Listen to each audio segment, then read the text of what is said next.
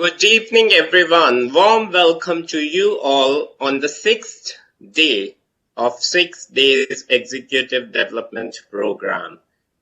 I'm very happy to see you all here, and we all are looking forward to make a significant difference today with our two eminent speakers talking on corporate etiquettes and managing stress and living a healthy life. Today, the speakers, both the speakers are today from the other gender. Mostly we have been seeing men. Today we have women. And as I had earlier talked about, the dynamics in the institute is changing. Earlier, when the membership of men is significantly higher than women, but that's not the case in students. That's 50-50. And when we look at the participants today, you are also in the range of 50-50. So we have been trying our best that we get a mix of speakers. And that's what we have tried to do. And maybe the next program, when it happens, you will see more women speakers. Other thing what I wanted to share with you all is that there have been some questions asked by participants that whether the previous sessions are available or not. If you see this link, there is a recorded webcast area where you can see all the presentations and also the 7 days program, which we did before this. All the recordings are available, except yesterday's recording, which should be available by tomorrow. All the recordings are available. Anytime you can go. Also on ICAI YouTube channel, you can go and see. Other request what I would like to make you today is that please put only questions related to the subject in the first session, which can also get extended to communication or interview, but do not put for accounting profession. If you would like to put it later for the second session, because our second speaker is from the accounting profession. And so that, there is a clarity, all your questions which are important get passed on to our eminent speaker and those can be answered. So my sincere gratitude to ICAI President, CA Nehar Jambusaria sir, ICAI Vice President, CA Dr. Debashish Mitra sir, Committee for Members in Industry and Business for organizing this program and giving me an opportunity to speak to you. Our committee chairman, Central Council member CA Hansraj Chuk sir, and our committee vice chairman CA Durgesh Kabra sir. These 10 days of learning, the past 7 plus 5, 12 days of learning have been very enriching for all of us, as I have been saying. And it has also given opportunity to connect with many of you on professional networks like LinkedIn. And thank you for taking that step and reaching out to me.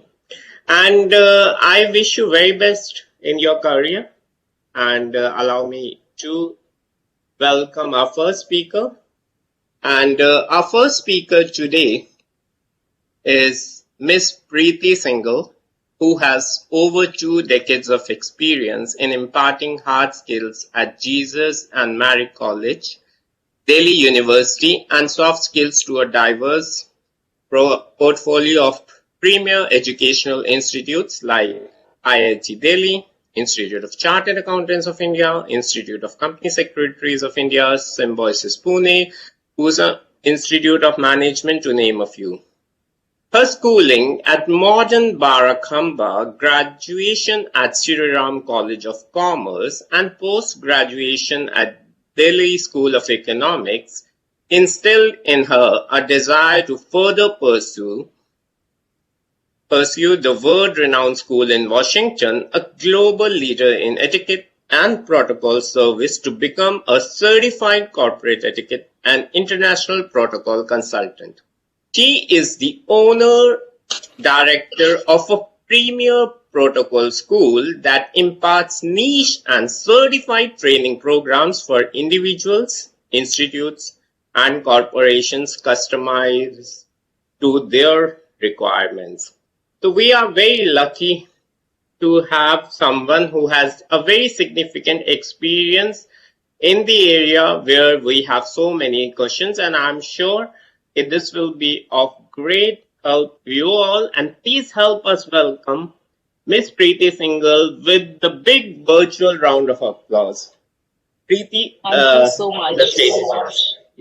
Thank you so much, and a very good evening to all of you out there, particularly President Nehar Jambusaria ji, Mr. Debashish Mitra ji, Mr. Hansraj Chugh ji, Mr. Durgesh Kumar Kabra ji, and Mr. Baveja ji, and of course Mr. Ranganathan ji, without whom it would not have been possible. And a big thank you to all my trainees out there today who've logged in to specially listen to this webinar. And I want to tell them that this 1.5 hour they're here with me should not be seen in terms of the time spent, but as a wise investment that they have made in the most valuable asset, which is themselves.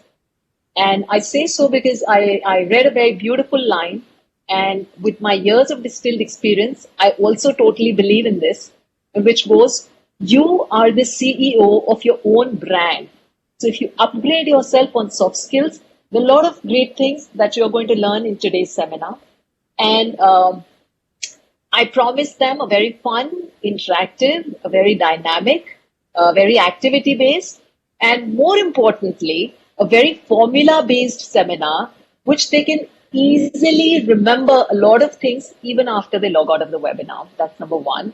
And two, I believe language should not be a barrier in the training being effective. So in case they want to pose you a question and they want me to speak in Hindi, I want to tell them that मैं हिंदी में भी उतनी ही परिपक्वता से वार्तालाप करने में सक्षम हूँ जितनी कि मैं अंग्रेजी में, तो निसंदेह आप कोई भी प्रश्न की जानकारी या सूचना प्राप्त कर सकते हैं. And having said that, and before and just when I begin, today's seminar on corporate etiquettes will help you position to distinguish yourself from the crowd. It will project confidence, authority, and positive image about you. It will help you build teamwork and collaboration. It will help you develop and maintain business. And so when I say this, these are all the pluses in business arena. I want to ask 2 questions to the trainees today in the room. And the 2 questions are, do your colleagues often look up to you for advice or opinions that they have? And the second question is, do you look up to yourself? Well, if you answered yes to both, there's nothing that today's seminar is going to add up on. But if the answer to any one or both of these questions is a no, then you're surely going to upgrade your skills. And this seminar is going to prove really wonderful out there for you, because I'm going to share with you top 10 etiquette tips for the exec presence. Because soon I believe you as CAs, as freshly qualified CAs, would either enter the market for getting great jobs for yourself, or you would be even looking at starting your own practice for yourself. These tips are universal and they're going to help you make a mark. Now, while this unique intelligence may not alone take you anywhere, but it will give you an edge over which will make the difference between you and any other person who's just as smart. Are you ready for those tips? They are number 1. And by the way, when I'm sharing these tips, I also want to tell you one thing. They go in a natural progression. So I make the job really easy for you, 9 to 5. So the first thing, you're at home and you want to get dressed up to reach your office. Then there is a crisp business dressing that you would like to look smart. Once you reach the office, you maintain a great eye contact with people. And then you handshake with them. You introduce yourself to them in an official culture. And then, if there are 2 people who do not know each other, but you are known to each of them, you also introduce them to each other. That's not over.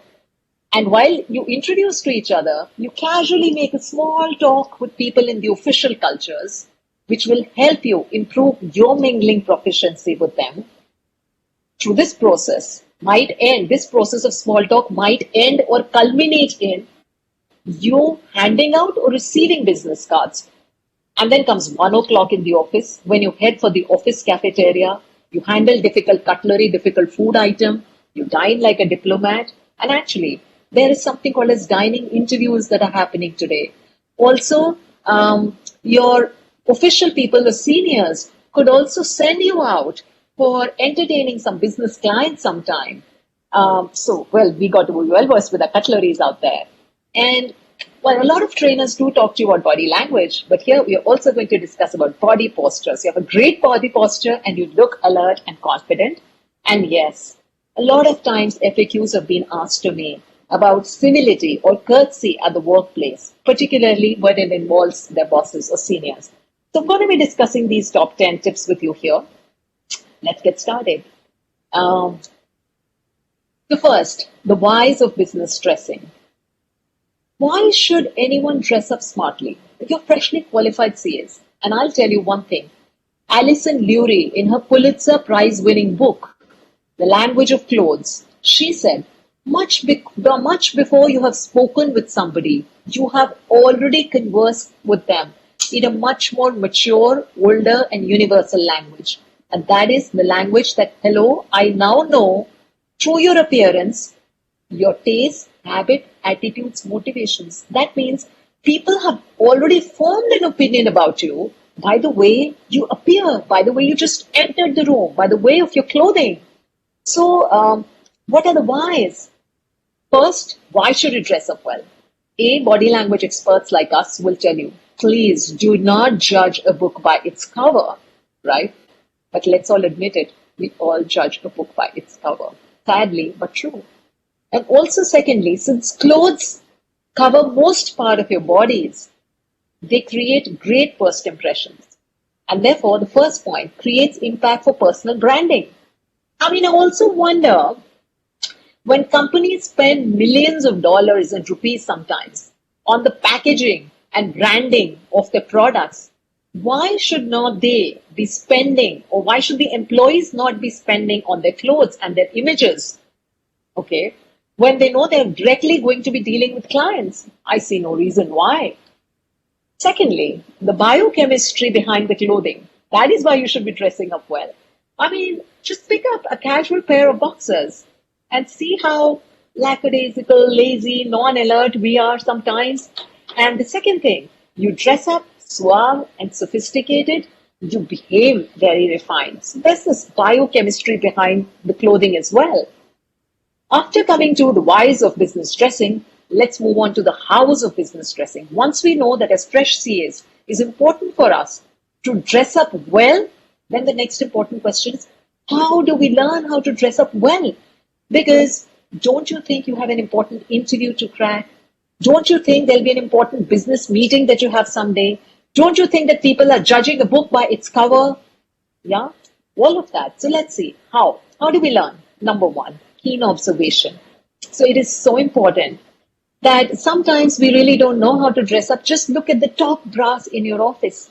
How does the top brass dress up? And you will be surprised that maybe their style is really classic, but then your personal comfort does not match with this. I would say align the expectations of the senior most people with your personal comfort level. Devise something like that and dress up for yourself. If you think you should go a little step forward and not just stop at observation, ask people. Ask your peers, colleagues, seniors, what looks good, what is allowed in this office to wear before they tell you. Wear something smart, and the writing is on the wall when they say that to you. Okay? So have a keen eye, keen observation, not just with people face to face, but even in business magazines, even on television, even in social media, whoever you meet, just try to see why this person looks nice or smart. Can I incorporate something from his style into my clothing also? Just do that. And please always dress up thinking you could run into someone you look up to because you want to impress that person. So the moment you dress up, think, am I in for making some impression today? That's so important. And I would say, this is a great tip out there, please hire a good tailor and don't settle for a near fit. it needs to be a perfect fit, right? I have a quick ready reckoner for all the men out there who are thinking in the morning, does this tie go with this outfit? Does this color match with that color? So it's a quick reckoner for men out there. Full sleeve shirt in solid. So if you're wearing solid shirt without any patterns, you wear a patterned tie or a patterned trouser with that. If you wear patterned shirt, then you wear plain ties or you wear plain trousers correspondingly. This rule, it's a simple rule, but it just helps. Secondly, matching belt and shoes. Now I'm saying preferably laces, so don't throw out the ones which don't have laces. But the next time you invest in a good pair of shoes, and they're the ones with non-laces that you have, buy the one with the laces. It's as simple as that. And, well, actually, always buy whatever is cost effective for you. Brown shoes, only go with brown outfits. Else, black shoes go with all the color of outfits. So wearing a brown shoe beneath a non-brown outfit, biggest fashion blunder. The color of socks should match those of the trousers. You know what I want to tell you here is that there should be very seamless transition from your trousers to your shoes. So your socks fit in somewhere in between. Let that be almost the same color. Not exactly the same color if you don't have, but almost the same color as that of your trousers. Okay? I'm sure women are waiting for their dressing. We love that the most. And it's a quick guide for the women. Cotton or silk handloom saris. Oh, not the Yash Chopra breezy flowing saris that we see in movies. And long or short kurtis with salwar, chudidar or ankle length trousers with dupatta or stole. But I particularly like ankle length trousers instead of salwar and chudidar. I particularly like a stole instead of a dupatta. And this is for a very fresh look, you know. Otherwise, you normally see a salwar or a chudidar beneath a kurti. But I would suggest an ankle length trousers. I would suggest a stole instead of a dupatta. And this is a very classic interview look if you go for an interview sometimes. And a knee-length skirt. I repeat, knee-length skirt, because a lot of HR sometimes hire us, telling us that please make this as a point for discussion when you do business dressing with them, that the skirt size is a big issue. Solid or patterned shirt with patterned or solid trousers correspondingly. It simply means if you're wearing a solid shirt, pair it with a patterned trouser. If you're wearing, and also pair it with a, if you want to wear ties, women, you can go ahead with ties too over here, but only powerful women choose to wear ties at the workplace. Open-toed sandals with traditional wear and closed shoe from the front with western wear, heels not beyond a max of 2 inches, because otherwise it becomes too bling for the work environment. So if your heels go beyond that, it's too bling for the work environment. Formula for makeup, less is more. Makeup only to highlight your beautiful features or to hide your imperfections. That's all. Don't make it too loud. And jewelry, real or imitations, both are okay. Diamonds and pearls are evergreen. So whatever is cost effective, let's wear that. I have a quick guide for both the genders out there now. Business suit, because both the genders are going to wear that. I will say preferably coutured. So you as freshly qualified CA can also go up to, let's say, a store and pick up some ready-made suits for yourself. But if they're coutured, they're custom made to your size requirements. An all-weather fabric is always a great bet because while linen is good for summers, it's not great for winters. While a polyester fabric is great for winters, it keeps lying in the summers in your wardrobe. So I'll say an all-weather fabric. And I would suggest very conservative colors for you, like blue, black, grays, and browns, right? Because, normally we invest in suits only when they're big occasions. And so if it is that, then let's invest in conservative colors and play them with different colors of shirts to make it interesting, new and different at the same. Say no to tattoos. I'm often asked by a lot of fresh professionals, graduate, should we wear tattoos? And well, in case it's not visible, it's at a place where it's not visible in the interviews, well, please go ahead with them. So hennas, tattoos, a lot of astrological threads, etc. If they're not visible, it's for the better. Fragrances, No EODs, colognes, perfumes, aftershaves. Somebody could be allergic to the fragrances you're using. And may I remind you that cubicles in offices are very closed, they're very huddled together.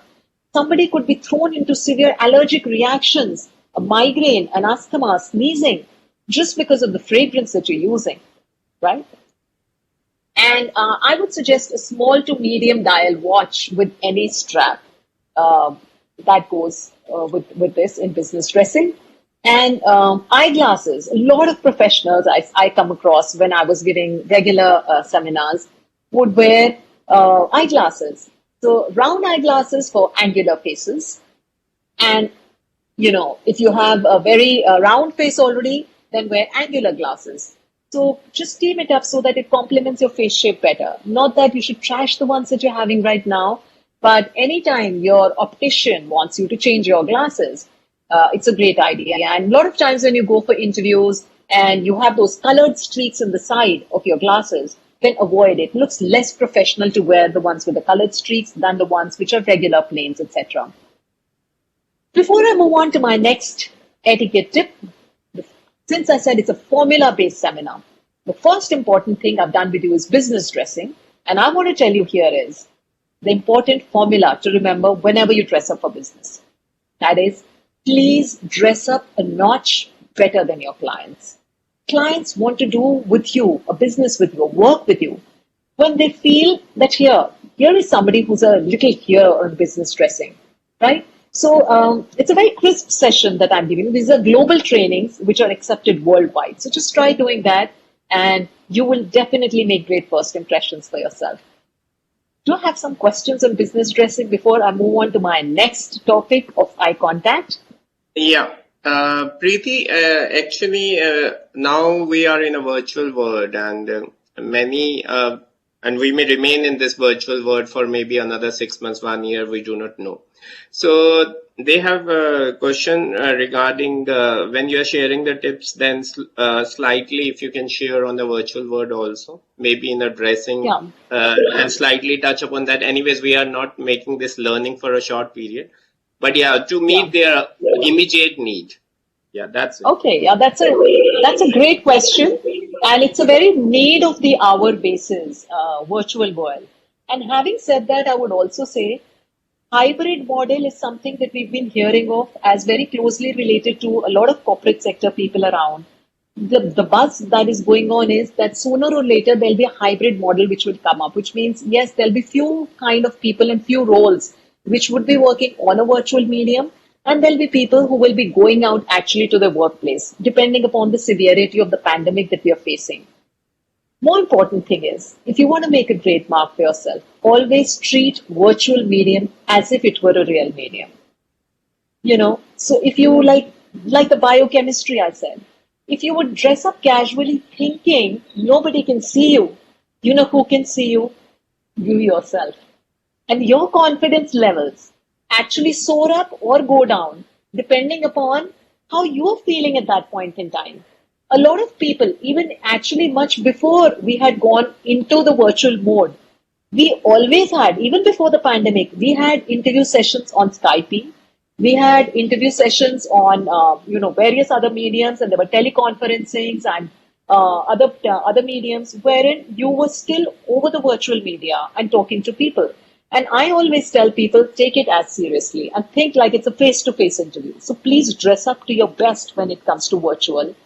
I know I do hear a lot of people saying, since this is the part, and the biggest tip coming up, this is the part where most people are focusing at when they're talking to you in business arena. So make sure this is impeccable, right?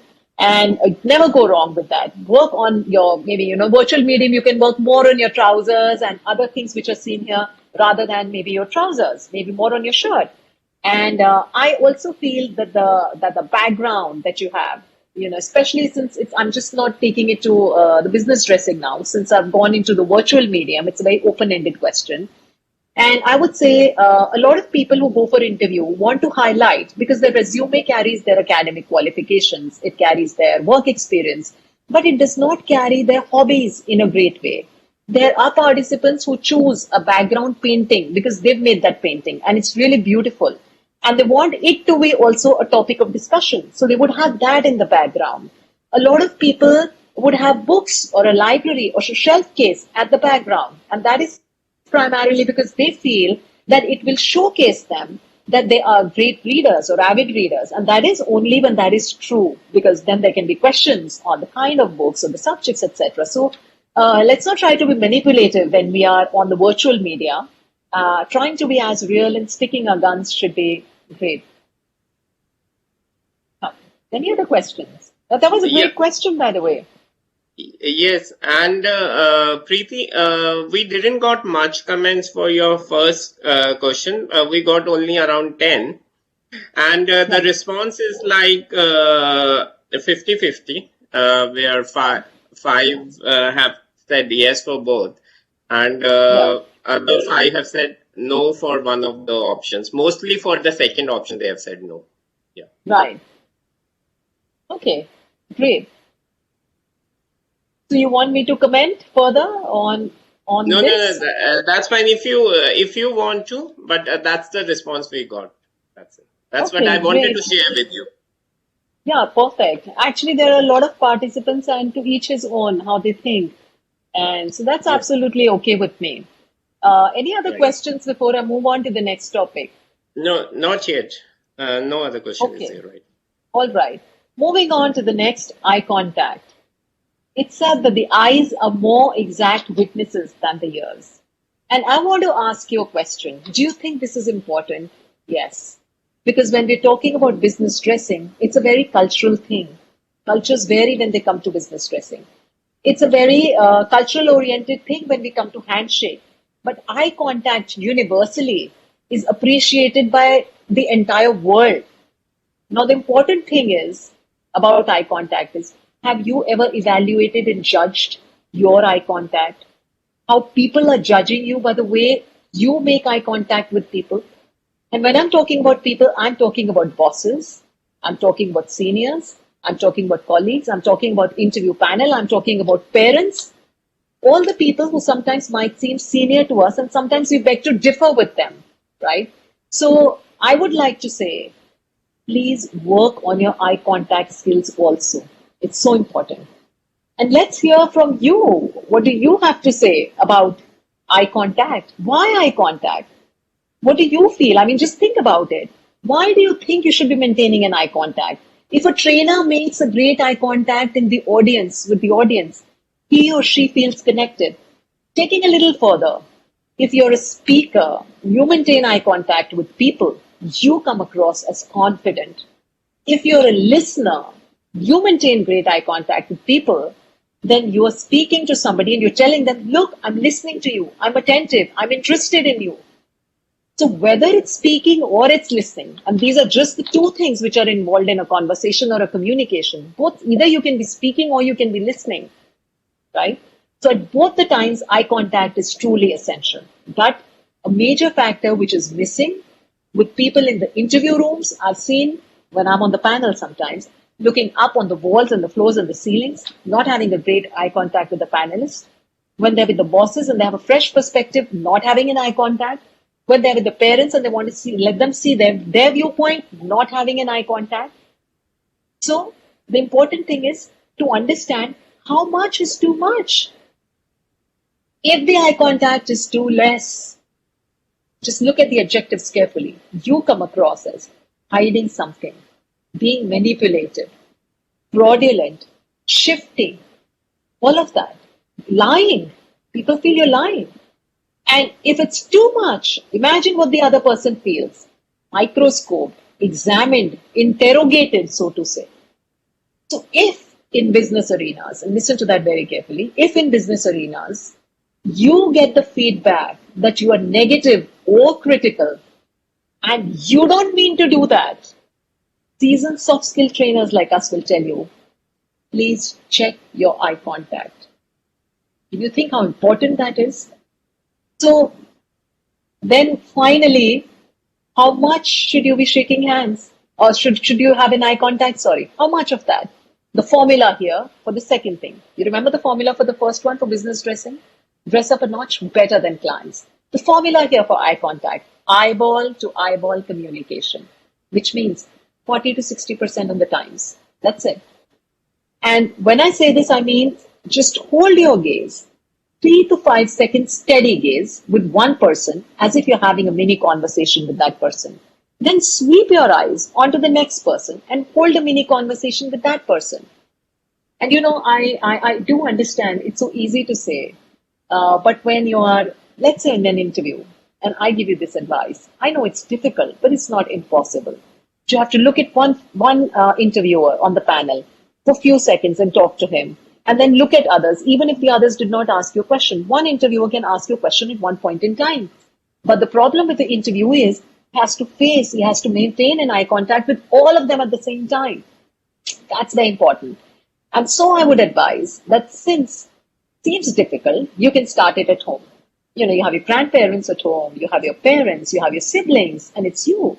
So whenever you have conversation with them, make sure you look into the eyes of one person for a good few seconds and then transition your eyes to the next person. You know what? They are not going to judge you, but they'll help you prepare for your next interview or an important meeting or an important conference or on a podium if you're on stage and being a trainer like us. Okay? So actually, don't you remember the sensation, Priya, who just became a sensation so easily just with a wink that she had with her eye contact that she was having with people? She was a social media sensation. So that's pretty much about it. Can I take questions on eye contact? Before we move on to eye contact, there are other questions which for dress came later on. One question is by Kanchan, who is asking that what kind of a purse we should carry. Okay. All right. Second question also I'll give you before we move on to the eye contact. The second question is from someone who is saying that if, let's say, I'm a scout, then whether the formal dressing would be good, and also similarly have issues like facial hairs, which reduces her confidence. So how to manage this and keep the confidence high? Okay, these are two very great questions. And women, I admire you for asking those questions. Number one, Kanchan's question. Kanchan asked what kind of bags. So Kanchan, I would say, first of all, non-embellished, non-beaded, not sequins too many, just plain, clean leather bags. Now, leather bags have the natural hues. Leather comes in black, some shades of browns and tans. They're good leather bags. But roughly, the good thing is, a good guide is when you go to the store, you actually carry all the things that you would like to put in the bag every day. They could be your toiletries, there could be a business card holder, there could be a lunchbox, there could be spectacles, there could be a makeup bag, there could be a toiletries, there could be a cell phone. In fact, I would advise get all of that. Whatever bag you like, try putting everything back in and see. It should have a lot of compartments or zips so that it's not an ugly mess that when you take it out, you have to take out one thing and you take out another thing. So it should be a very simple, easy way for you to compartmentalize and keep your things organized also. So that's about your handbags. And sizes vary. I'll say a medium size would be the best bet rather than going in for too large or too small a bag, and that we repent later on. So just a medium size, and please carry it and see how it looks on you before making a very impulsive decision. To the next question, somebody said, ma'am, I'm stout. So there's nothing to worry. We all still look beautiful the way we are. And what we can do is we can have certain type of clothing. We can accentuate our personality, physical appearance. So normally people who are stout do not wear, let's say, horizontal stripes because it makes them look much more bigger. Try wearing vertical stripes. Instead of broad stripes, they wear narrow stripes. Instead of a round neck, they prefer a V-neck. Instead of short kurtis or short kameez, which highlights their body parts of body which don't like to be, so cover them or camouflage them by longer kurtis if that looks good. wear a bit of more heels so that you look taller and more vertical, adds more vertical to you rather than more horizontal to you. And also one more tip, that whenever you're investing in a smart business suit, then let that be one color from top to bottom. Which means sometimes have you seen that people have one colored, coat or a jacket, and they have a different color or a different fabric trouser. No, when I say monotone, it means the same fabric, same color, everything same from top to bottom, which gives you an illusion of that vertical thing rather than the horizontal thing, right? And if, despite all this, you're just as stout, it's great. Just think on the other skills and important areas you have in life to highlight, and this is not the end of the world. Regarding facial hair, I know a lot of women have some hormonal issues, and they have to pass through stages where there is facial hair, there is some gray hair, etc. So gray hair is still acceptable, we feel that. But when we are uncomfortable with facial hair, I would say get rid of them. There are a lot of ways today. All facilities are aware, whether it's threading, it's waxing, there is permanent laser removal that you can get done. But the whole thing is, it's an important part of grooming. So make sure they're no facial hair. And it's not just that it's for the interview that you go clean. Once you're in the job, you always need that push of confidence with you. And if facial hair impedes you, well, if it does not, it's good. If it does not, that's okay. But if it does, then time for you to just be clean and look nice and feel good about yourself. Is that okay? I hope that was satisfying. Yes. Yeah.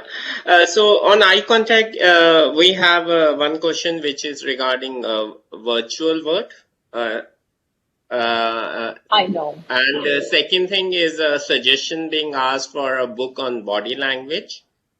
Yeah. And there's a comment that eye contact signifies sincerity. And I have a question on this eye contact. Like sometimes it happens that when you said that we should look at so many people, right? And it happens that one individual, when he's talking, he may be maintaining the eye contact with many, but he may be mostly maybe looking more at one person. Let's say he's looking more at me. And for me personally, I feel embarrassment that why he is looking more at me and not at others. And then I try to keep my eyes down. So if this is a scenario where one person is looking at you and it's not dividing amongst the 2 or 3 people more, then how that other person should handle that?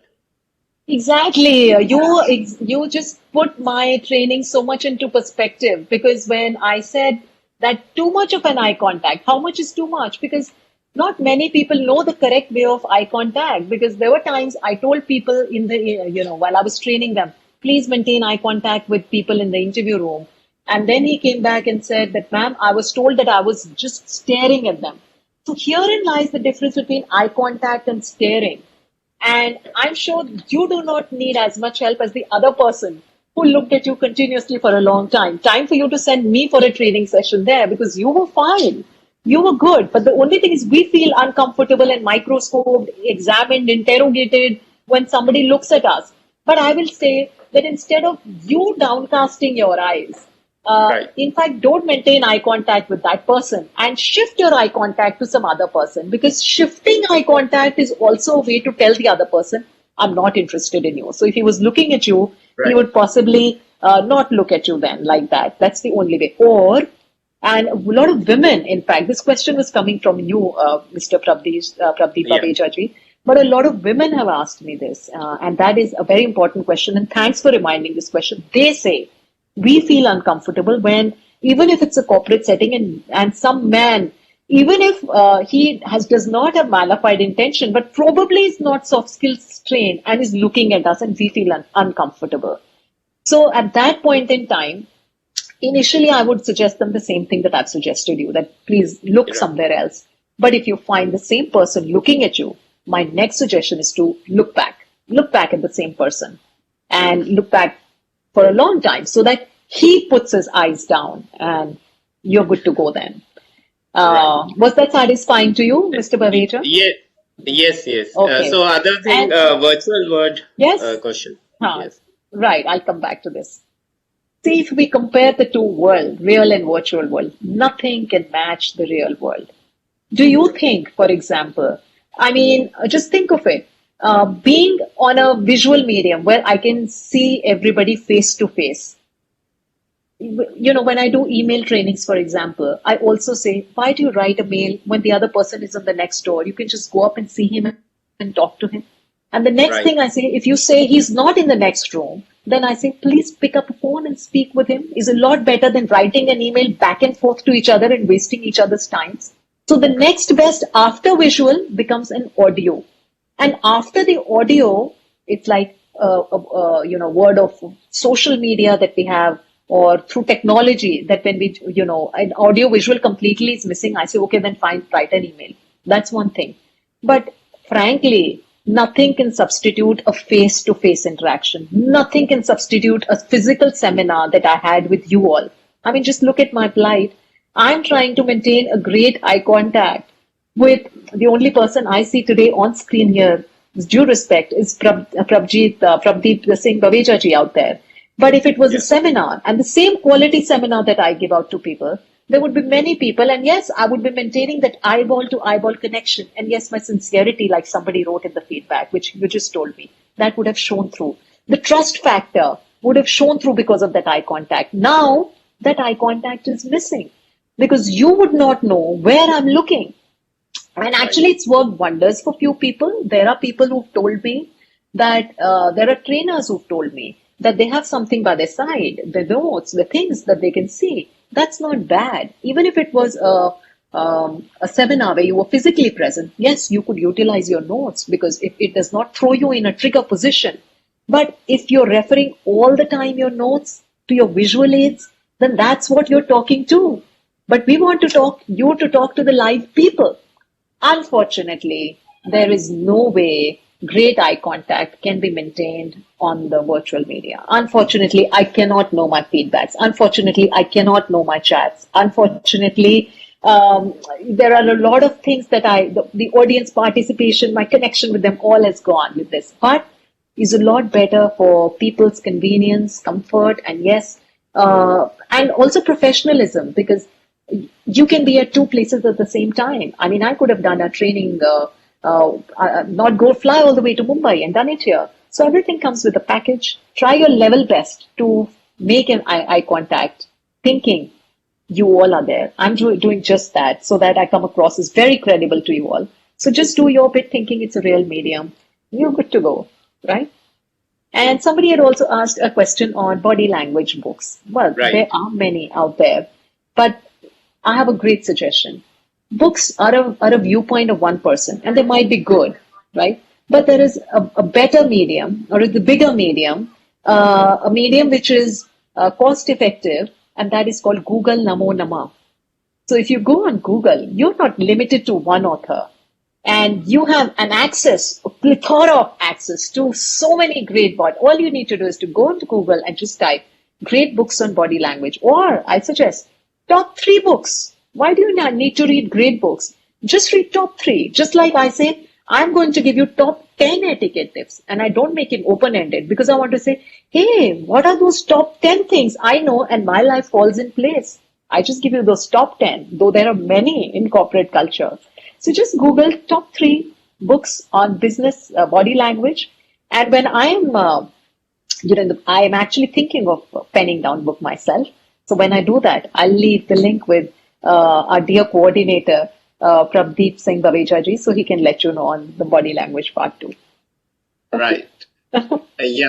I have one comment to make, Preeti, that last year, Toastmasters International, first time the World Championship of Public Speaking was held online.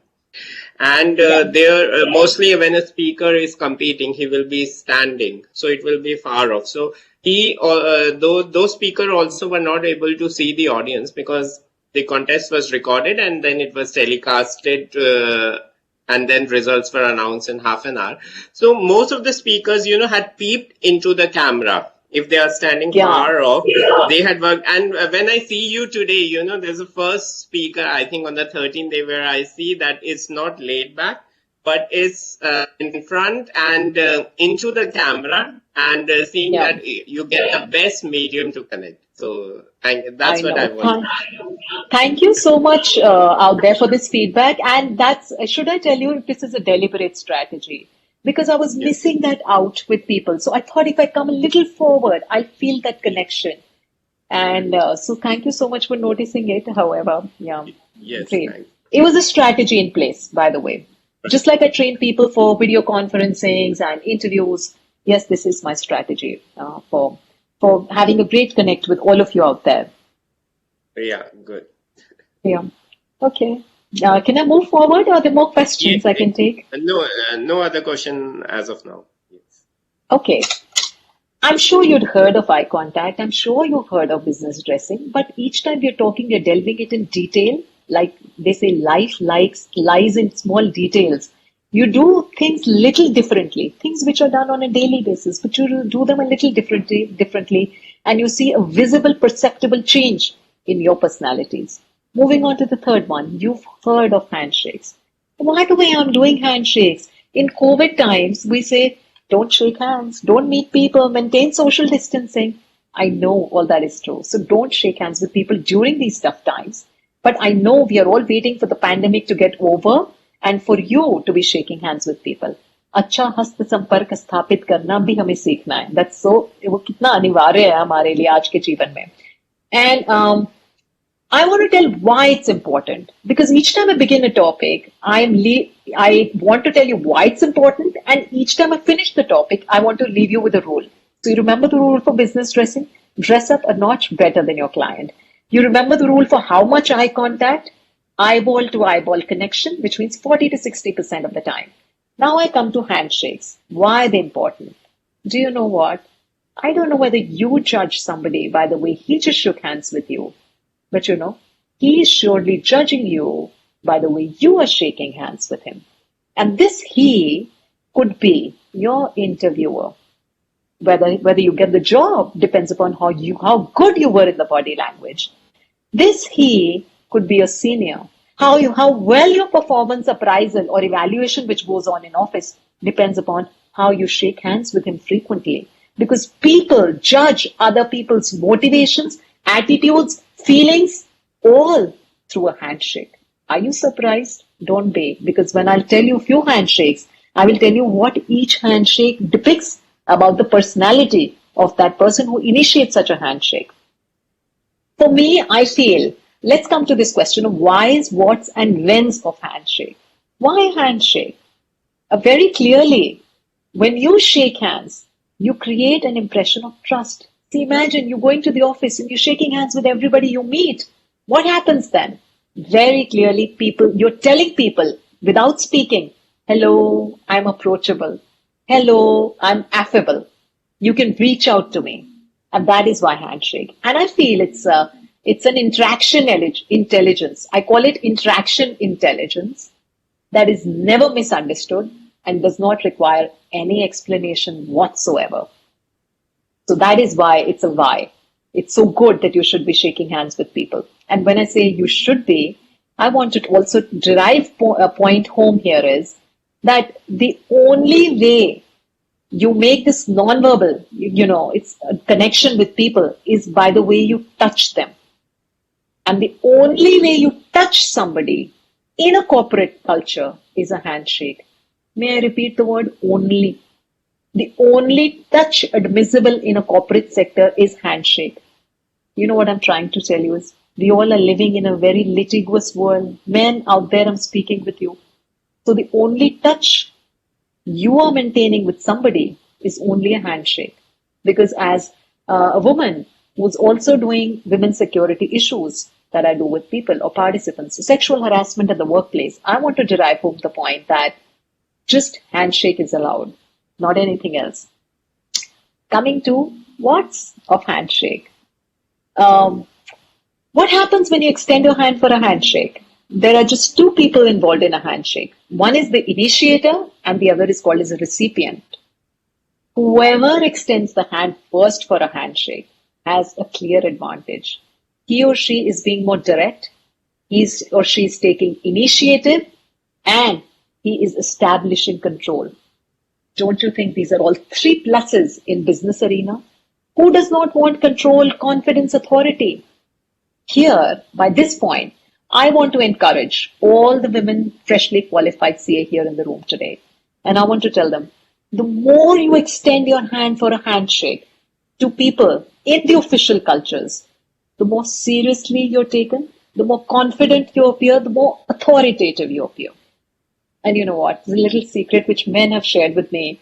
A lot of times in the webinars, in physical seminars, they say we are much more shy. Men are telling me we are much more shy offering our hand for a handshake to women than women are when they extend their hand for a handshake. Because they feel, when I go up and extend my hand for a handshake to this woman, will she think I'm hitting upon her? You know? And what I want to tell you is both men and women today on my webinar today are your Gen Z. I mean, not even Gen X and Gen Y are passe now. Gen Z people. And you should just try to relate to people. And the best way you relate with them is through a great handshake. So out and open, whoever you meet in the office corridor after the pandemics, of course, whoever you meet, please shake hands with them. And again, your journey begins home. Charity begins at home. So at least with your home people, even during COVID times, just shake hands with them. Ask them, was my handshake limp? Was my handshake firm? Was it bone crushing? So if you get the feedback, it was bone crushing, please lighten your grip. If it's too light, tighten it up a bit. So you work it like that and it goes in your favor when you're in the interview room with your seniors, elsewhere in a party, gathering, meeting. Right? Coming to whens. What are the possible situations when you should handshake? Actually, you'll figure out all of the time.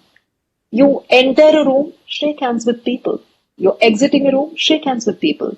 You leave your office to reach somebody else's home or office, shake hands with them. Somebody else leaves his home or office to come to you, you shake hands with them. You're congratulating somebody in your office, somebody's got promotion or something else, or cleared a CA exam, please shake hands with them. You're consoling somebody or condolences meeting that you're going, please shake hands with them.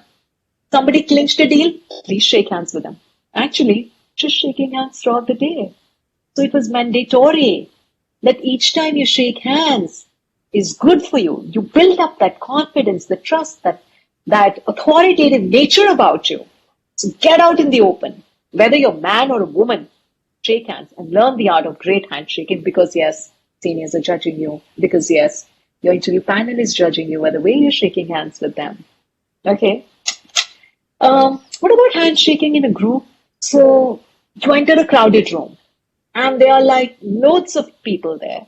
Let's say it's a group of 10 people. You begin shaking hands. By the time you've reached the fifth one, you realize, oh my God, I'm tired. And then you manage with a hi all from 6th to the 10th. Permissible? No. Because the feeling of rejection is very painful. So I would say, the moment you enter a group, either a hello everybody, how's everybody doing this evening? That's fair. Or once you started shaking hands with the first one, with the same integrity, with the same enthusiasm, with the same eye contact and smile, maintain it with the last one, with the 10th one. Okay? Before I do, what are the PowerPoints of a great handshake? I think it makes a lot of sense that I do with you what are the handshakes you should avoid. And also this will give me an opportunity to tell each of you, or substantiate on the point or a claim that I made that each handshake speaks about your personality type. Let's talk about the first one, the bone-crushing handshake. And I'm sure you would have become a party to that sometimes when somebody had bone-crushed your hand and then on top of that had the galls to ask, hey, how do you do? Right? First bone-crushed and then asked you this. These people are aggressive. They're very dominant. They're emotional bullies. And don't you think that when they're doing this in their initial interaction, they can blow your self-esteem to tatters in the ongoing interactions? Should you be staying with those people for a long time? I suggest no. And also, please remember, the bone-crushing handshake, there is no way you can counter or condescend this sort of a handshake because your hand is inside their hand.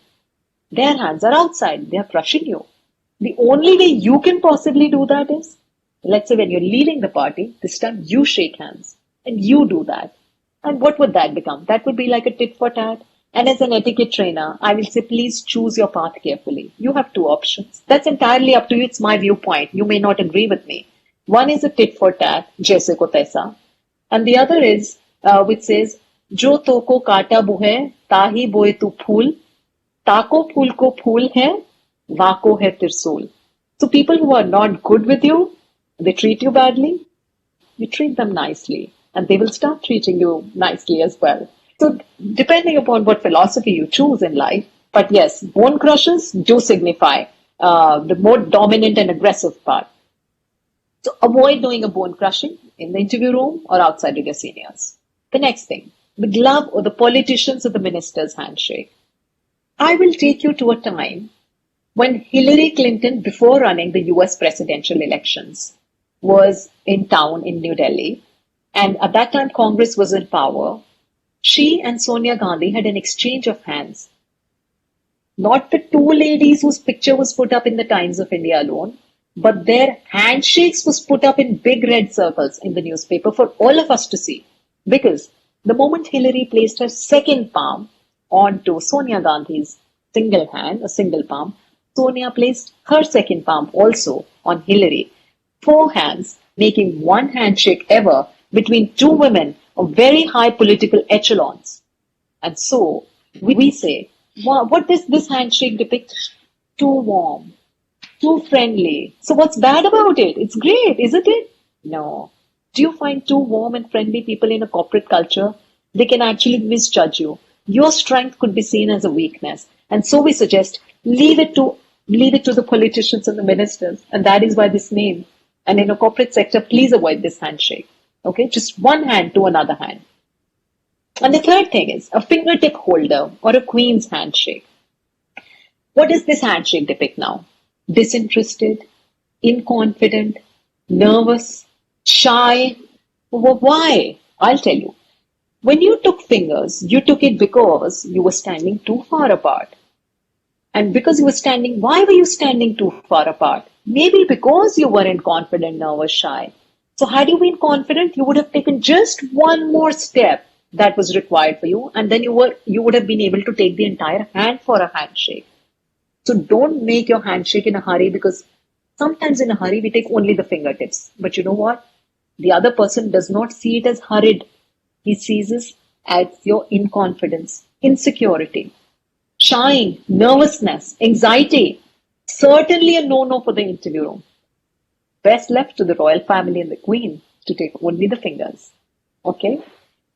And before I move on to the next topic, handshaking, I have to leave you with the rules for handshaking, right? The rule over here, the formula over here too. The formula here is, if it's a corporate setup, seniors extend the hand towards the juniors. I know juniors want to just reach up to the seniors and show their visibility and shake hands with them, right? But please avoid that.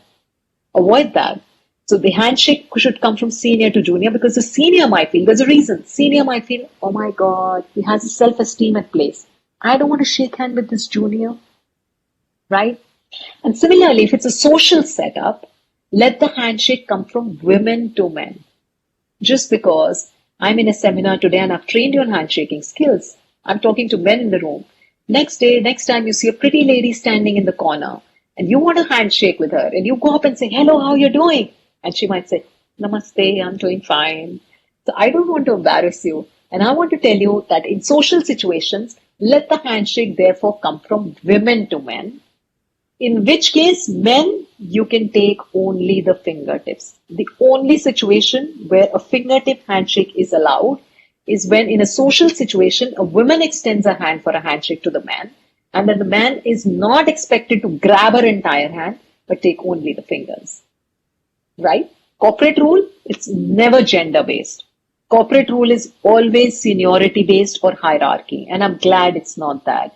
Because I don't know if I should just digress a bit, but it's so important that we should respect the different genders, the two genders that we have, and respect women also for their merit.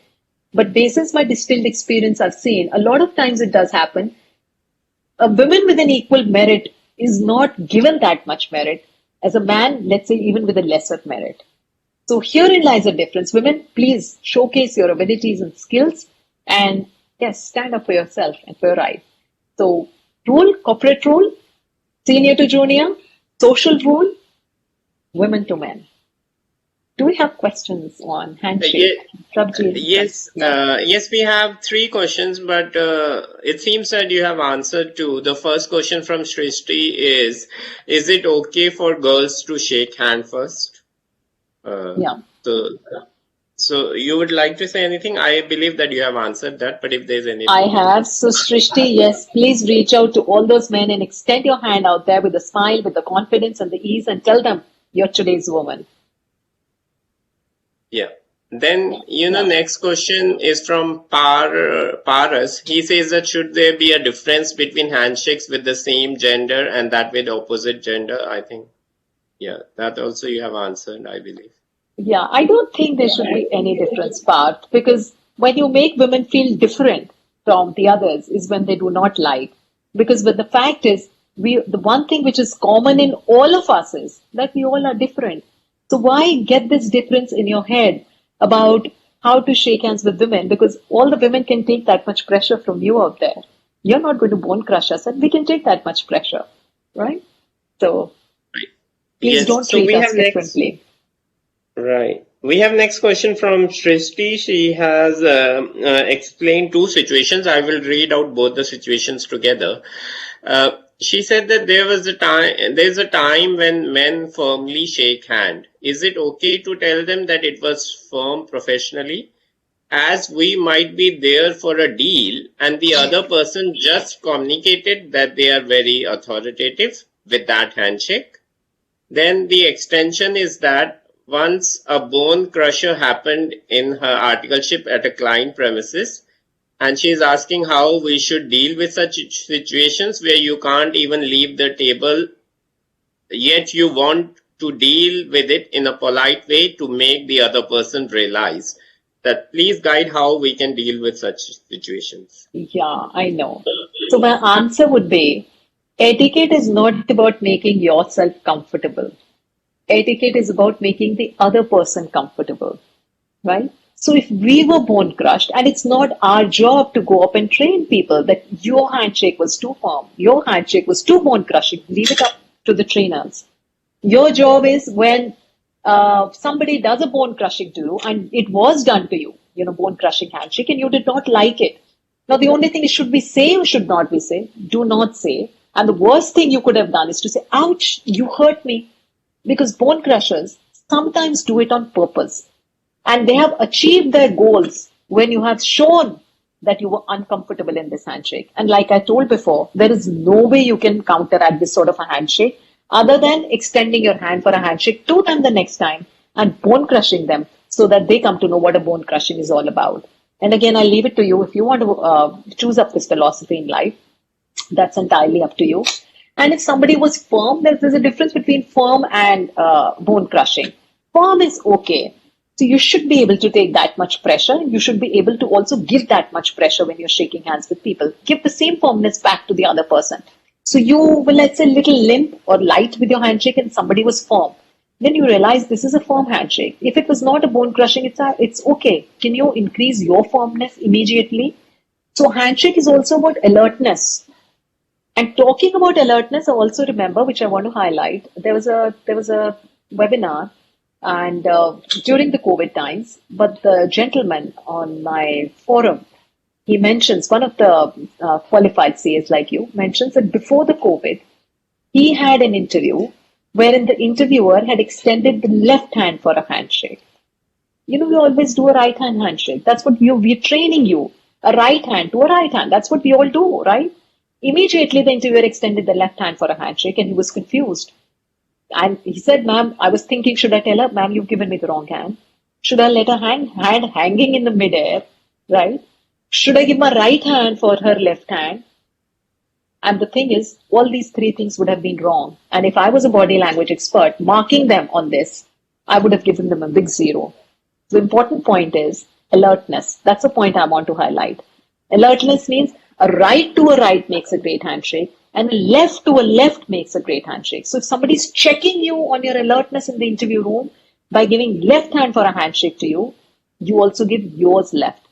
Somebody is more firm than you, and you realize it's not bone crushing. You found it firm. You increase your grip on that person. That's it. And that way you would better your handshake in the process. Right? Was this helpful? Yes, I'm sure Srishti's doubts have been answered. Yeah, those are great questions, Srishti. That was a great question. Right. We are good to go. All right, perfect. So till here, the 3 rules I'm just reminding.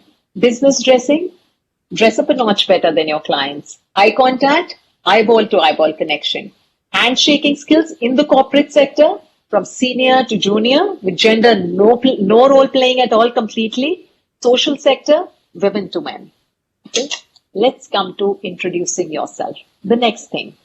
And I'm going in a natural progression. So you dressed up well in office, you reached, you maintain a great eye contact with somebody, you shook hands. But the next thing is that person is a total stranger to you. Let me ask you a real life situation.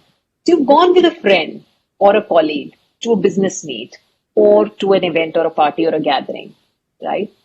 And he does not introduce you to someone else. He knows that person, but he does not introduce you to that person. Whose fault? Your fault or your friend's fault? Whose fault? Your fault.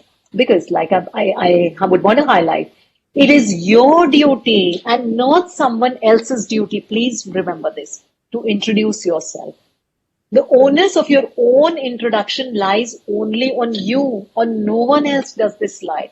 So make sure that you introduce yourself. But for that, you need to know when and how do you introduce yourself? What are the possible situations when you should be introducing yourself? Now, very easily, I'm sure it's a cakewalk. You would know that each time you are in, meeting or entering a gathering or a party, you need to introduce yourself.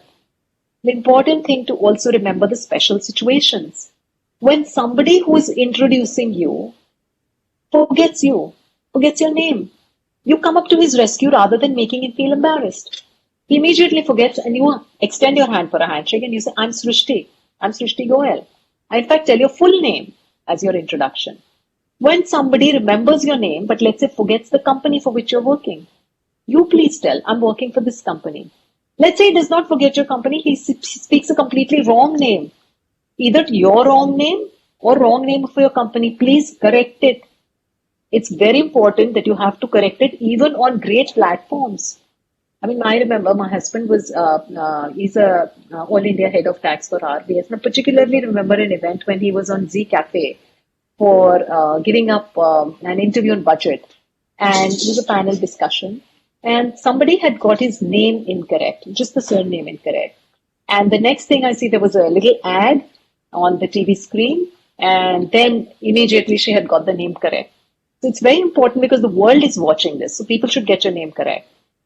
Also, when do you introduce yourself is when you recognize somebody, let's say in a party, you see this face is familiar, right? And they don't recall you. Go up to that person and remind him, introduce yourself. So that is the big question. When do you introduce yourself? You introduce yourself when people forget you, your name, or when they don't recognize you. Whenever you're in an important party, gathering, meeting, somebody is not introducing you, you introduce yourself. But the question is, how do you introduce yourself? That's a more important question. So if it's not an interview, very clearly get a smile, get an eye contact, handshake with somebody. Please tell your full name. Somebody, I know, for example, lot of Srishtis, lot of Parths by this first name. But it's always important to tell your full name, and please don't stop here. One or few lines about what you do. This act as a conversation starter with people. The moment you say, I'm working for this and this company, or even if you're not working, it's absolutely okay. I'm a freshly qualified CA, right? This is something that you've earned for yourself. So tell that for yourself. And then it becomes a conversation starter. So, but not telling what you do is a bad idea. Similarly, when I talk to a lot of people, especially CAs, they start telling me, ma'am, I'm from Saharanpur, I'm from Agra. Now I wonder, how is that relevant? You are a CA, it's a professional qualification you've earned, you're equal to any other CA from Delhi. That does not make you any less. So therefore, there is some redundant information from your introduction to make it very crisp, should be retained, and the rest should be thrown out. Let's take it to a more serious question. Does this sound familiar to you? Tell us something about yourself. The first question in every warm-up stage for interview, for every and any interview that I have ever taken or anybody else my trainee has ever told me has gone through this question. They say, what do we do? What do we write? Because in my resume, my work experience is written, my educational qualifications are written, my schooling, my background, every damn thing is written. What is expected out of us when this question is popped to us, tell us something about yourself. And this is the first question. That means your impression making stage, so that you're the first to be remembered and not the last to be forgotten, never to be forgotten candidate in the interview room. So make this question a masterpiece. And it's not a trick question. The thing is, when they're asking, tell us something about yourself, the one thing which is not written in your resume or CV, you know what that is? Your short-term goals. Where do you see yourself in the next 2 to 3 years from now? That's missing. And how do you align it to your past work experience that you've done? Is the more important thing the link, and particularly with this company. How does this company help you? So all in one.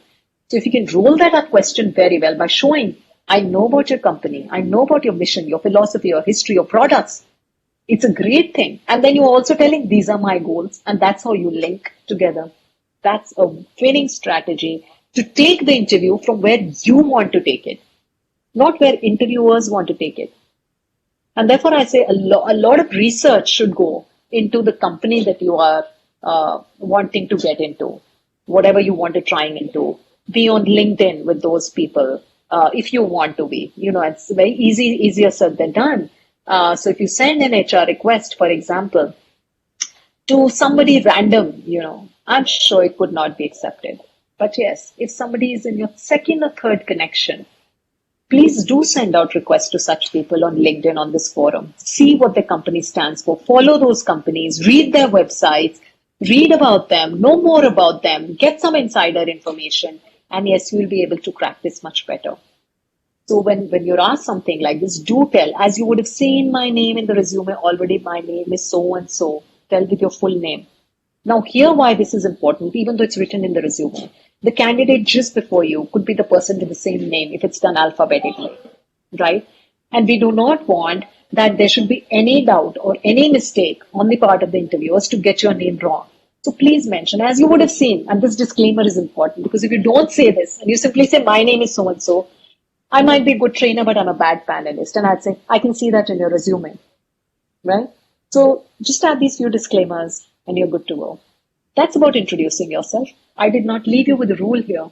The formula here is, you never give honorifics or honor to your own self when you give an introduction. Don't give honor to yourself whenever you're introducing yourself.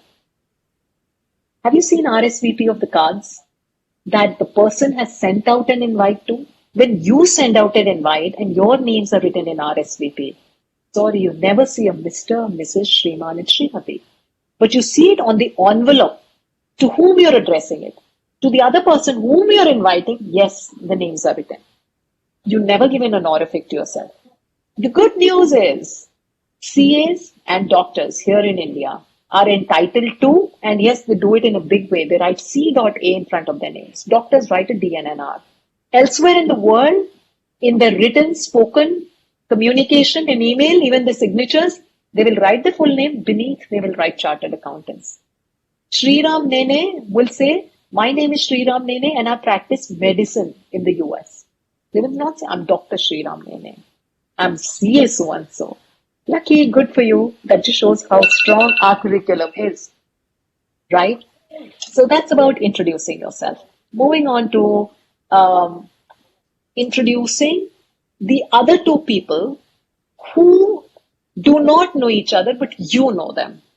And I want to tell this rule about introducing other people now. How do you introduce two other people who you know but they don't know each other?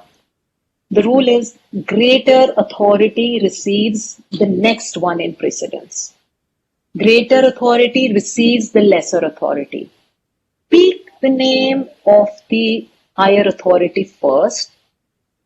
Think of the happy birthday song, which is happy birthday to you and not you to, and then speak the name of the person who's next in precedence. For example, Mr. Greater Authority, I would like to introduce to you the junior authority, whatever his name is, and please tell one line of the junior person. But what would be incorrect would be Mr. or Mistress Greater Authority, I would like to introduce you to Mr. or Mrs. Lesser Authority. By saying you to, you have reversed the order of precedence and therefore it becomes incorrect. You have made the senior as a junior and a junior as a senior. So therefore, the correct would be speak the name of the greater person, whoever it is. Don't have to think too hard whenever you're introducing two people. Just speak that person's name, add it to you by thinking of the birthday song and the lesser authority. Now let's know who's greater and who's not greater. Number one, of course, will be the greater authority. Let's say a senior executive and a junior executive. So you say the name of the senior executive first, junior executive later. If it's official and non-official, say the name of the official person first. He's more senior than a non-official person. And then the third is a client and a fellow executive. Client is much more senior. He's your king. So say the name of the client first and then your fellow executive who's working with you in the office. Is that okay? Let's test you. And actually, well, you cannot speak with me here. So this is redundant, but what I wanted, I prepared some lovely slides to go with today's precedents. And this is Mr. Jambusaria. I would like you to meet Debashish Mitra. Is a yay or nay? It's nay, because there is no Mr. or honorific in front of the word, in front of the name Debashish Mitra. So there has to be an honorific to him. Mr. Chug, I would like to introduce Mr. Durgesh Kabra. Yes, it's correct. So either it has to be to introduce or to introduce to you in the third one. If you see, there is a to you and there is no you in the second one. So both are okay. And the last one is most formal, Mr. Debashish Mitra. I'd like to present this person to you. So actually that's all is okay. So presenting is also okay. Simply to introduce is also okay. To you is also okay. To meet is also okay. Meet is a little less formal. Present is most formal. And in between are both okay. But the only thing missing was Mr. to that Debashish Mitra. Does that sound well? So when you introduce two people, remember, greater authority receives lesser authority. Any questions do I have on this? We don't have questions on this. We have 3-4 questions on LinkedIn. But I think in the interest of time, we may have LinkedIn training later on. Yeah. Okay, yeah, I would love to conduct that LinkedIn training sometime later also, because I anything which is related to the corporate world is my specialization area, and I'd love to train people on that mode as well. Moving on, coming to small talk. So make sure after we've introduced ourselves, it's not over. Don't go back to your desks, office desks, and start working. It's more important to network in today's times. You know, networking is as fresh as brushing your teeth, but do you brush your teeth only when you have a toothache?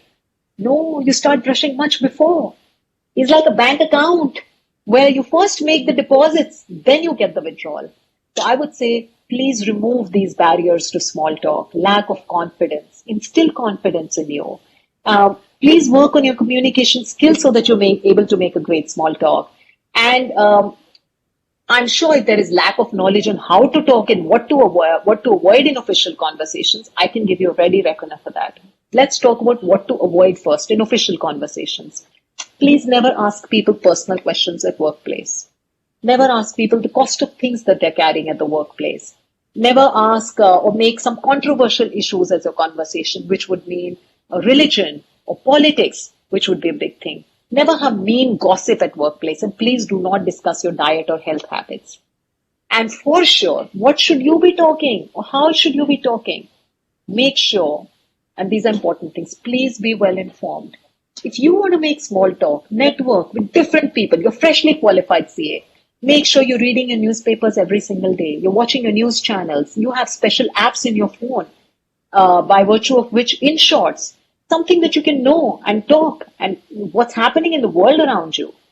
And make sure you focus on the other person. Whenever you small talk, please forget the last few words you spoke before you logged into my webinar. And they were I, me, myself. My webinar is starting. Please do not talk and come in my room. My webinar is happening, something like this. Please don't do that. So it was all about I, me, myself. If whenever in small talks you take it to the level of use, it'll be perfect. It'll be wonderful. And please listen. Listening is a trained and skilled art that you can do. By the way, are you all listening to me? Let's do a breakout exercise. Can all of you see my finger out there? All of you do as you are told. Please extend your finger, any one finger, except the middle finger, and please place it on your chin. I can't see you. That's one thing which is missing. But if you placed here, you're all not listening to me because the chin is here. But it's so surprising. It's not surprising, but we all are very imitative by nature. And you did what you saw me do and not what you heard me say, right? Small talk lesson. Listen to people carefully. Okay? And so before I move on to the next thing, in small talk, I want to give you my formula here again. If you feel, I'm freshly qualified, I have the professional expertise, but I can't just go up and speak with somebody, right? The formula out there for you is act as if you belong. When you go to the group, you feel already before going to the new group of strangers that I already belong to this group. Once you feel I belong to this group, you will behave belong. You will have conversations with them. You will network with them. The formula here, act as if you belong. And you're great. Okay. Any questions on small talk, or should I move on to the next topic? Yeah. We have one question. Bibin is asking how to speak with confidence with my boss. Okay. That's a great question, Bipin. Please maintain eye contact and please come up with fresh ideas, and please understand boss is always right. That's rule number 1. And rule number 2 is, in case you figured out boss is wrong, go back to rule number 1. It's as simple as that.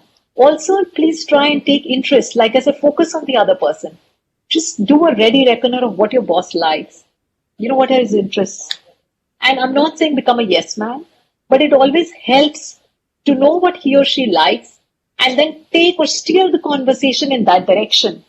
You know, so let him win a game of golf if you're playing golf and you are about to win. Lose it. I mean, intelligent soft skills trainer people will train you on that. So, and in any time there is a discrepancy between you and boss, let's learn that also, because I'm not training you here to be always a yes to your boss. If you figure out that he's in wrong, then I think it's very important not to say that in public.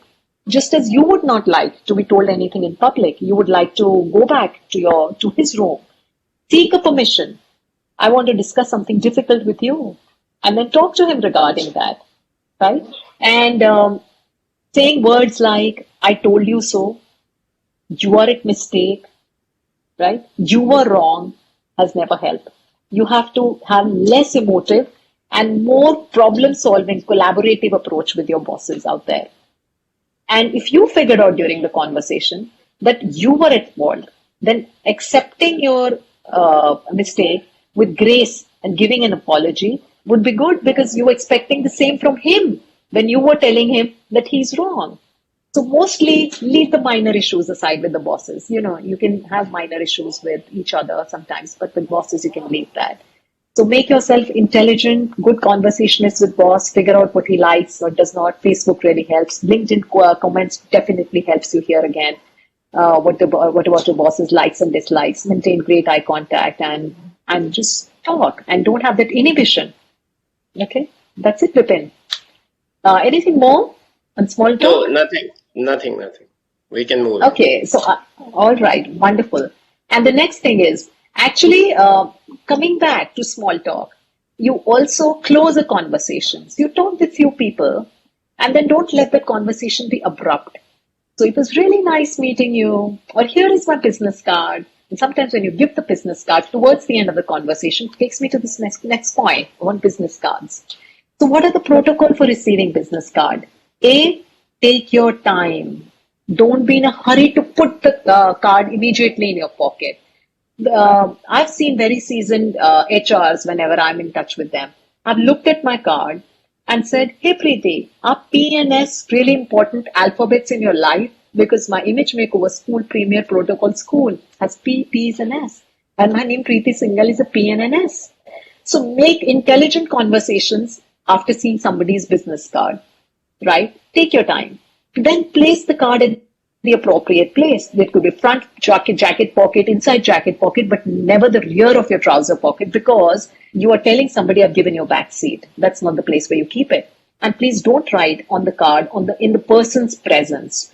So you can write it later on. I usually scribble a lot of notes because I meet some 20, 30 people and they're saying, we want a seminar with you sometimes. It's an on-site or an off-site. And by the time I would come home, I would forget who said what. So I do write on the card, but not in the person's presence is the rule. And the protocol for presenting business card is please carry plenty of quality cards in a case. It's a bad idea to say, I'm running short of cards. That's a bad idea. And don't present defective, out-of-date or soiled cards. Time for you to get fresh ones printed for yourself.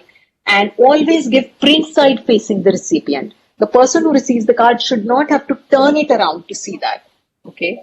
And social events means if it's a corporate event which has been made social, it's a Diwali party hosted by a colleague, it's a condolence party of your somebody who's working in the office, it's a wedding party that he has thrown. There will be social people also.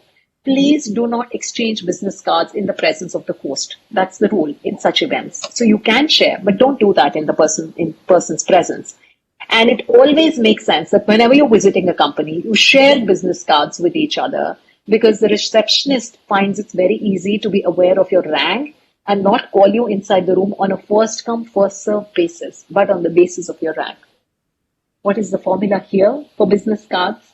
When you're giving and receiving both, try to take them with both hands with dignity, not with one hand. Like one of my trainees told me in CA, freshly qualified, ma'am, I just received his card with one hand, and the gentleman told me, you have humiliated me.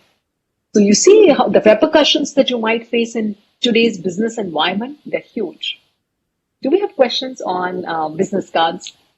No, Preeti. Yeah, one question is there. Should we give business cards? Yeah, with both hands. You have already answered this. Yeah, actually you can give with one also. But receiving with both hands is always a great idea because somebody else is giving it to you. And I made it easier for you to be saying, yeah, even if you take with both hands and give out with both hands so that you can easily remember. Great. Right. Okay. Move on to my next one. You see a place setting map, the dining thing. Now, you must know if it's not an a la carte and it's a buffet. Buffet is where the spread has been laid out for you and there's a pre-decided cover charge and a pre-decided menu. There is a certain order in which you'll be eating your food and you'll go course by course. Not the ICAI when we have physical seminars, we just fill up our plates and we start eating. So first course, the rule here is the first course is usually to the extreme right.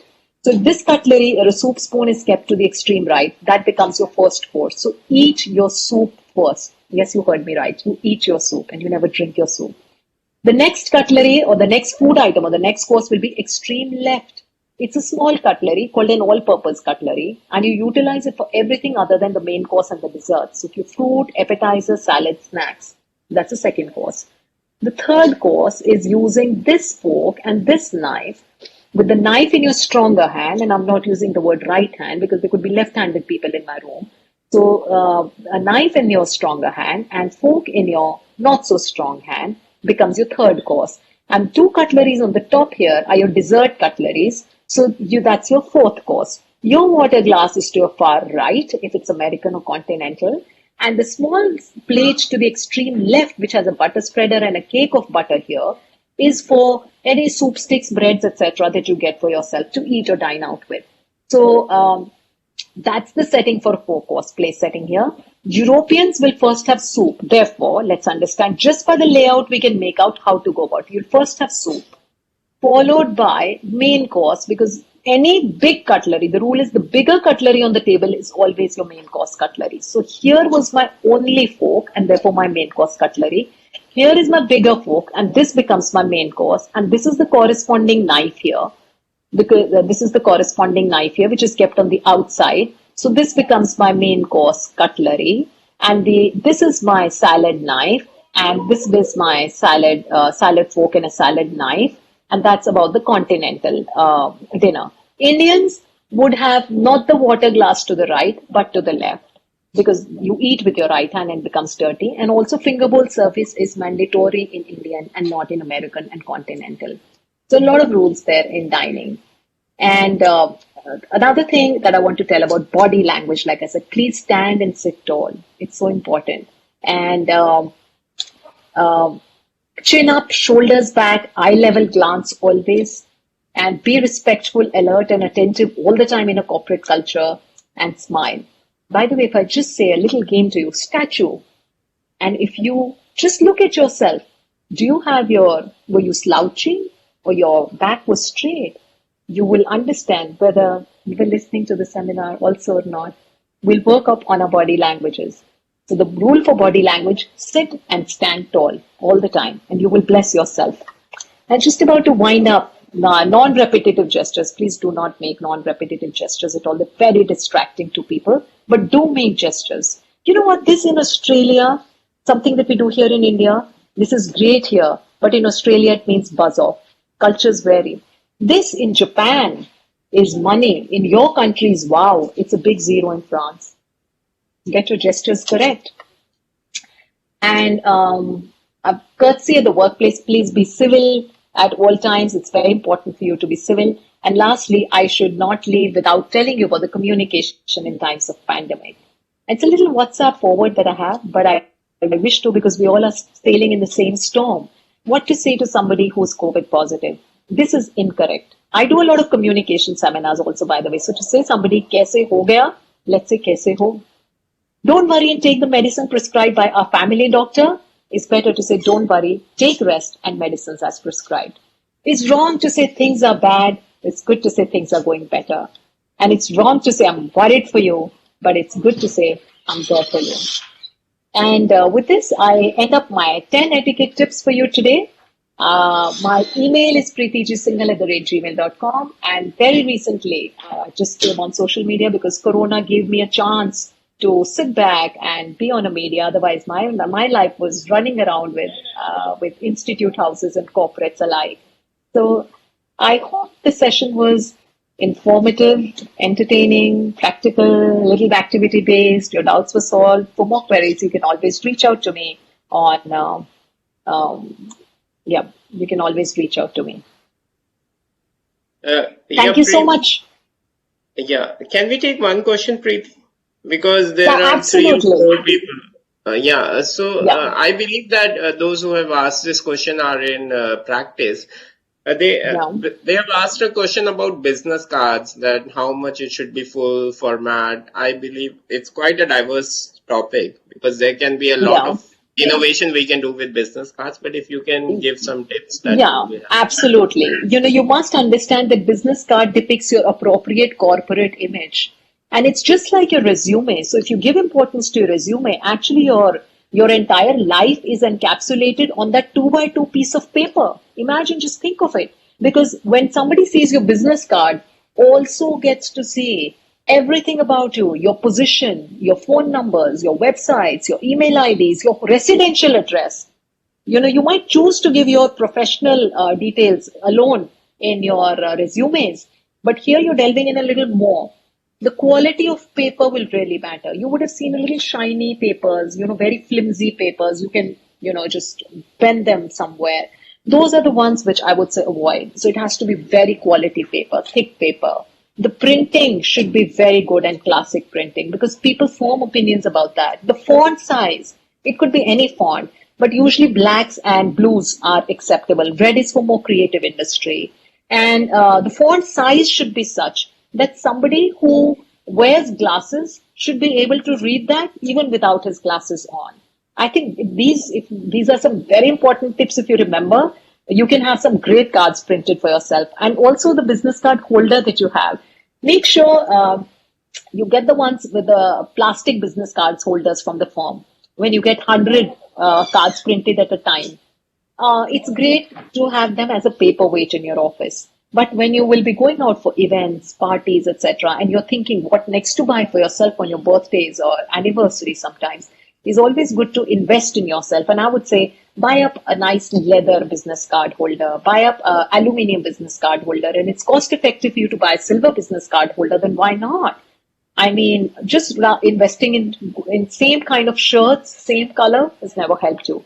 So think of upgrading your business wardrobe to the next level, is what I would say. Yeah, that was a great question, and it was fabulous. Right. Yeah. Yeah. You want to thank say you so something? much. Yeah. Thank you. I had read some good tips in a book called Purple Cow by Seth Godin. It was written many years ago, but I think many of the tips which he has given are also valid in the current world. Yeah. Okay. I'm going to read that book now that you recommended to me.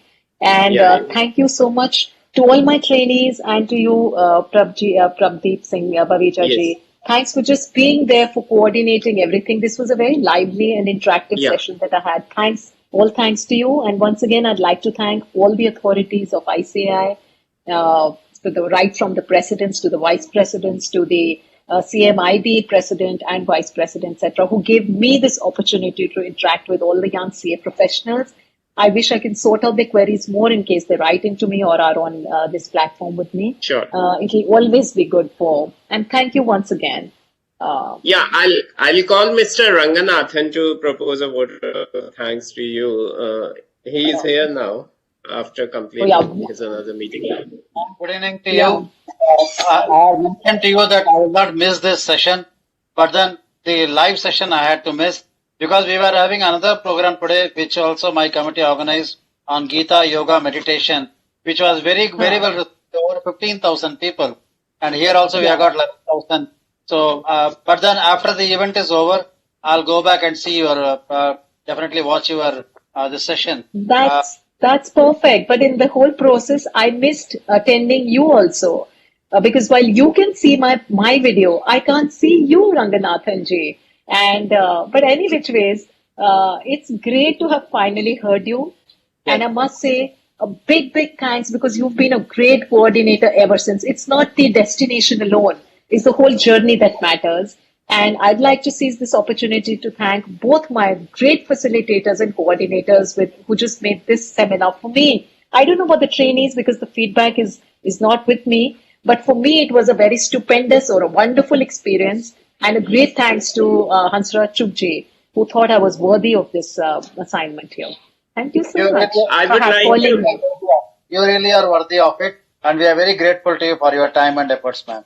Thank you so much. See you once again. Thank you so much. Bye-bye. Dhanyavad Ranganathan ji and Sat Sri Akal Prabdeep Singh ji. Yeah. Ma'am, I would just like to quickly share that by the time we are concluding, we have got almost 20 comments which have from the participants that they have liked it and they are praising it. And many tips that you have given, they are saying that we will be able to use in our corporate world. So thank you so much. Thank you so much. Very positive feedback and learning they have earned. Thank you so much. Thank you. Thank you so much. Thanks. Yeah. Pleasure. Thank you.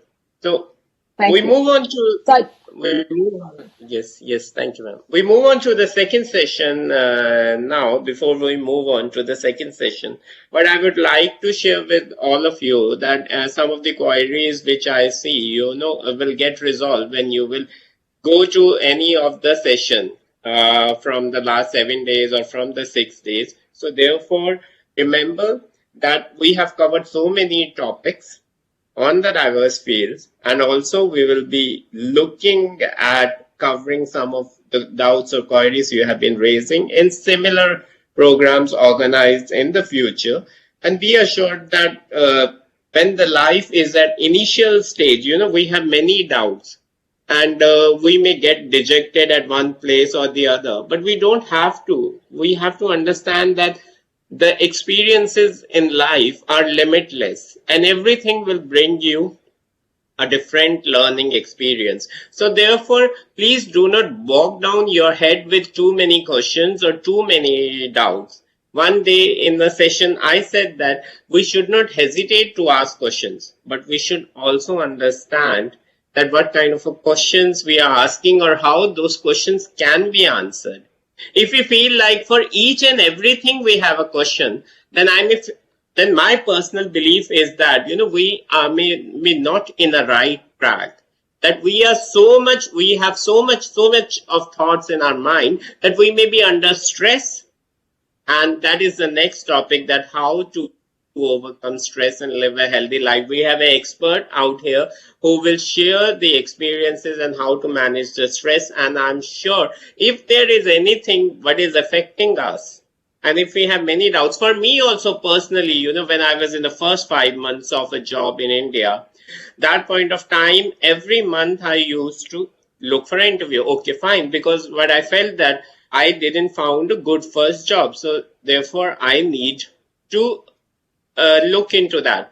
But for most of my 5 months, I was always on outstation work. And I could only attend 2 interviews in the 5 months, but otherwise I got almost 15-20 calls.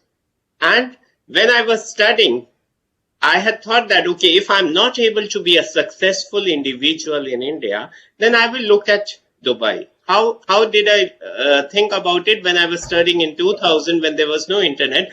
Times of India used to have an accent section in the newspaper where there used to be many opportunities which were coming for Dubai. So that inculcated the thought in me that if I'm not successful in India, if my family is not happy with what I'm earning in India, then I will look for abroad. So it has been 13 or 14 years for me here.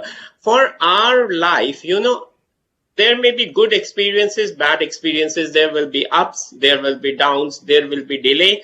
When I also started my journey in India in a small audit firm, which was not very small, but initially in an audit firms, which are not large audit firms, you do not earn that much money. So my father also had an expectation, who had gone with different business challenges, and he used to ask me that you have now become a chartered accountant, when will that date come that you will earn more?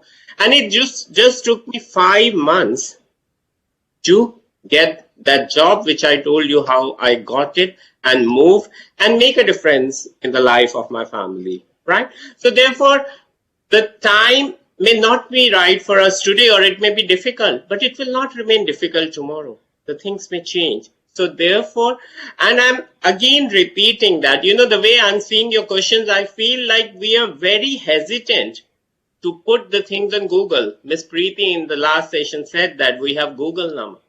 So now Google's knowledge, we should not consider our knowledge. But if we have any doubts, we can always go into any search engine, and we will get answers to everything. Nothing can be left out, because in the many sessions we have been repeating that data is gold, data is the new currency, data is the new oil. That means that data is available and it is accessible for everyone. So therefore, if you have a good job, very well done, many congratulations. If you have found out something which you are not very happy, that tomorrow will also come when you will be happy with what you can do. But remember that when you are into any job, you have to give your best and get a good experience. So 5-6 months which I spent in a small audit firm in India gave me so diverse experience that it helped me significantly. Do not lose out on getting an experience when we may be not happy with what we may have got initially. So allow me now to move on and introduce our speaker, Tia Suma Rajesh. Suma is a member of ICAI since the year 2000. She has also qualified as a CPA, US CPA. She is a tutor for US Certified Management Accountancy course, as in presently working as a director in US CMA program with Bradford Learning Global. Before she switched to the teaching profession, she had worked with banks in India and Qatar, and her area of expertise is corporate credit risk. Her other active pursuits include yoga and meditation, in which she is also a prefect. So yoga is, Suma is based out of Abu Dhabi, UAE, and I have got chance to attend some of her sessions on meditation and yoga, as we had in another program which Mr. Ranganathan ji had just concluded. And I'm sure the experiences, you can go back and look at that program also, because it's available on YouTube. And remember that all the sessions are available on YouTube Live, and they remain there. So therefore, whether you can go to this webcast link or YouTube, the knowledge is there for you to grab when you wish to. If your answers are left out, as I was saying, you can again go back and watch. I'm sure you will be able to find an answer in what a speaker said. So with this, please help me welcome CA Suma Rajesh with a big virtual round of applause. Suma, the floor is yours. Thank you. Thank you very much. Thank you so much. A very good evening to all of you. Before I begin, I would like to thank Chairman of CMIB, CA Hansraj Chukji, and Vice Chairman CA Durgesh Kabraji for this special opportunity. Many thanks to our Regional Director, Middle East and Africa, ICAI, CA Prabdeep ji, for having me here. And Committee Secretary, Mr. Ranganathan ji, for being instrumental to all these programs, this wonderful program that's going on. Thank you once again for having me here. Good evening to all my dear friends, the smartest minds of our country. Let me first of all congratulate you all, for becoming members of our prestigious institute. I would like to share the screen. Yes.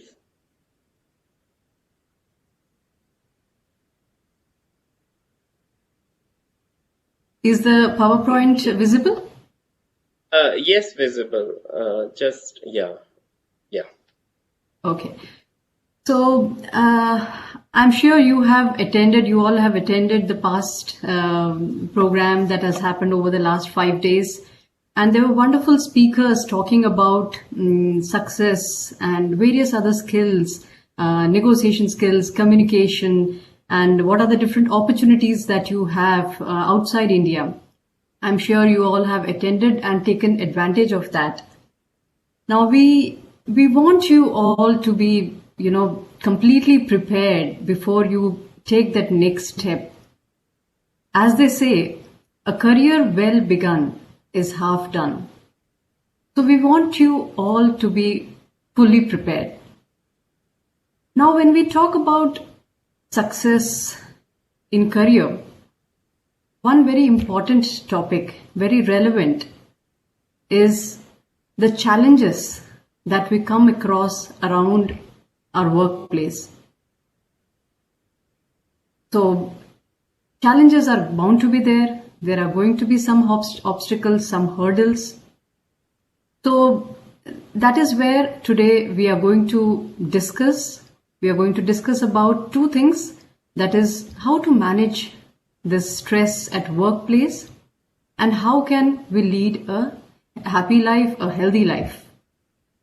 So before we take this ahead, I would like to ask you, what is your goal in life? Can I have your answers in the chat box? What is your goal in life? Yes, so request everyone to please share good thoughts on your goal in life quickly.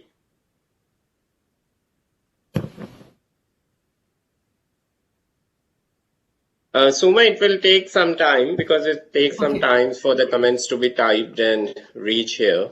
Fine. So I'm sure your goals would be around success. And I can imagine you guys might be having the goals of becoming CEO of a company, or doing what you like and all that, and many more. I'm eager to listen to you all. So if the comments are there, I would like to listen to you. But Right.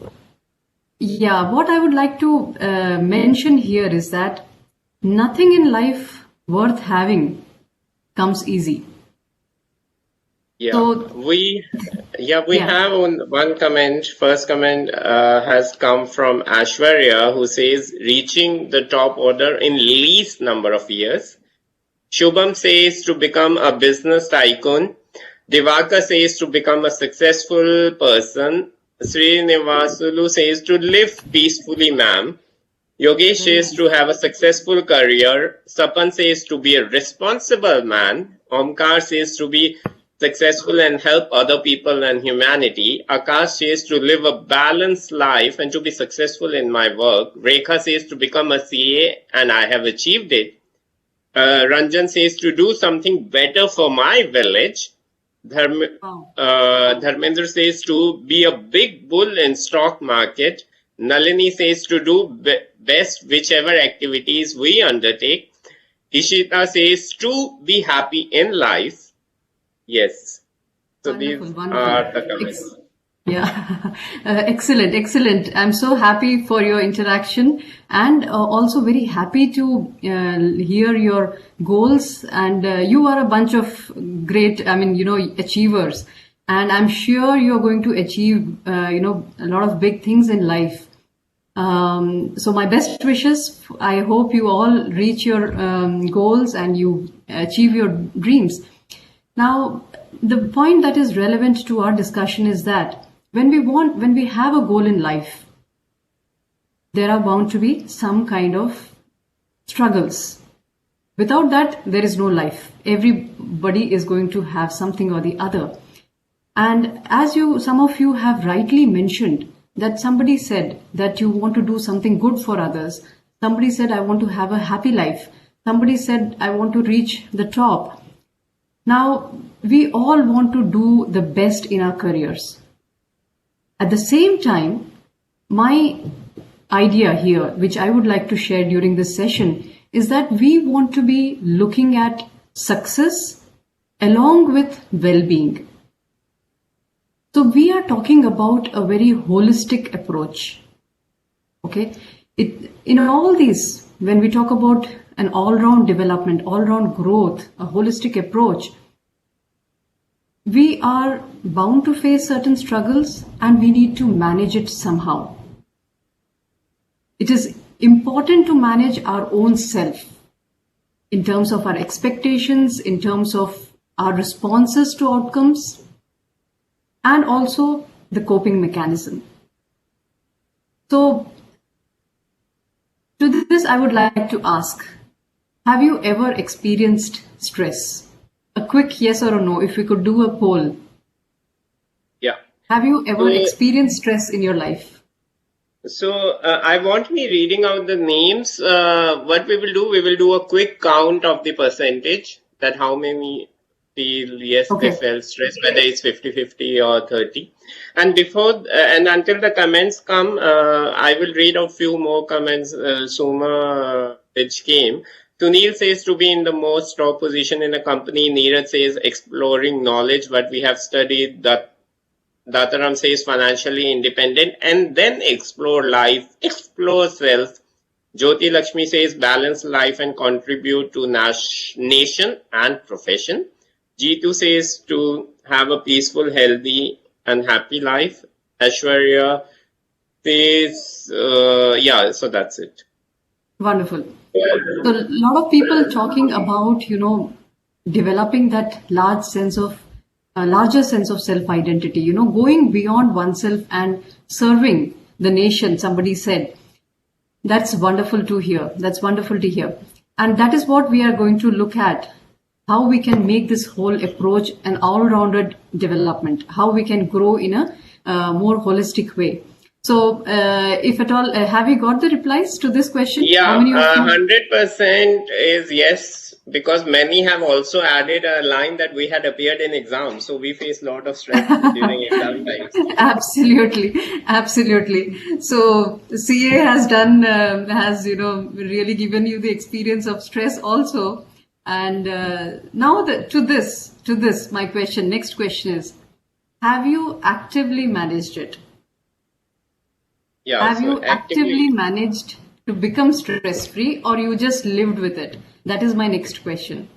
yeah, A so quick yes please or a no. remember that were you able to actively manage being stress-free? Answer only for that. Do not answer Yes, for did you experience exactly. stress? Just a yes or a no. Just a yes or a no Yes. should be enough.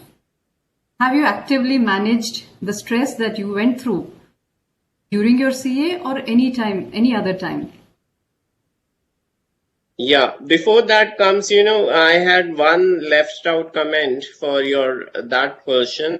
Narsima says that his goal in life is to keep my parents happy. Wow, very nice. Wonderful. So have you actively managed Yeah, stress? we have got around 5 responses where everyone has said no, we were not able to manage when we faced it. Okay. That's a very good I mean, thank you for the feedback. And that is exactly why this session is being conducted. The first question was to make you understand that everybody goes through stress at some point or the other. That was the purpose of posing that question. So everybody said that they did go through stress. They experienced stress. Now, this question that you see on the screen is about, did you do anything about it actively? Were you proactive about it? So if not, then definitely we need to understand that going forward in life, we cannot leave it unattended. It has to Yeah. be addressed. Yeah, Soma, Somehow. before you move ahead, I would like to say that later on I got some comments which said that, yeah, to some extent, to 50% or mostly managed. And one has added another line, Omkar, by listening to the music, he was able to Wonderful. manage. Great. That's a stress buster music, and I'm also totally with it. Even I practice that, and that's very good. So now let us see what stress actually means. Stress arises when individuals perceive a discrepancy between physical and psychological demands of a situation and the resources of his or her biological, psychological, or social systems. Now, this is a clinical definition given by a psychologist, but to us, to a layman, we are concerned with chronic or acute stress,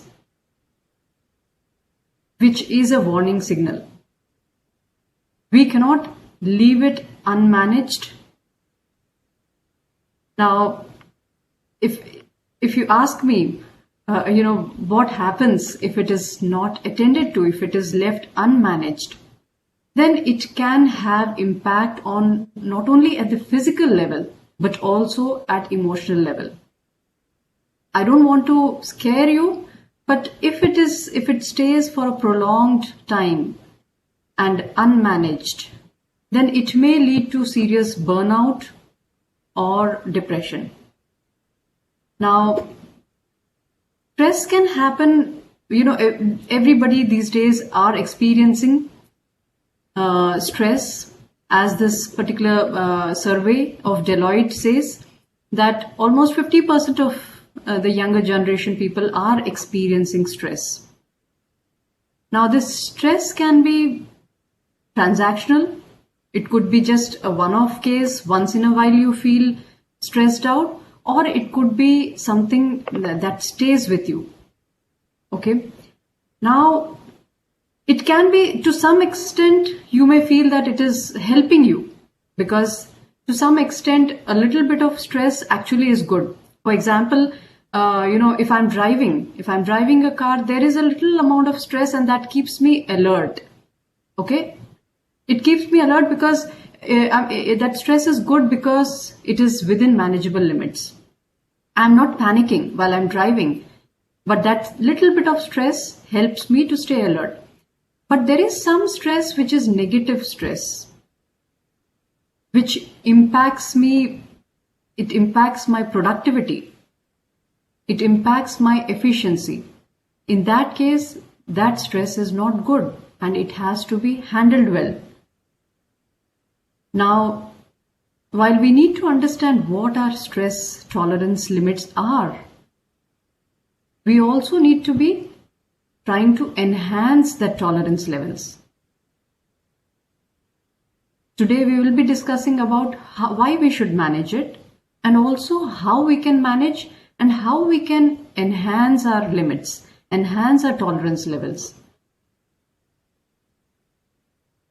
So to this, let us see what causes stress. What is it that causes stress? Now, it could be an internal factor or it could be external to me. Internal factors could be something to do with my own self. It could be my own creation. Let's say negative thinking. When I think negatively, I may create stress within myself. Or I don't like the job. The job is good, but if I don't like it, it is internal to me. Or let's say my own shortcomings. There is a job that is given to me, but I am not living, maybe I'm not equipped to do that. I don't have the adequate skills. In that case also, it stresses one out. Those are the internal factors, few factors that I have listed. Even fear, for that matter, is something that is internal. Then there could be external factors. External factors could be that the job itself is stressful. It has nothing to do with you. The job inherently has stress. Or it could be the whole working environment, the working conditions that is stressing one out. It could be long hours. Could be deadlines, okay? Tough deadlines, or maybe challenging bosses. So these are some factors which can make us feel stressed.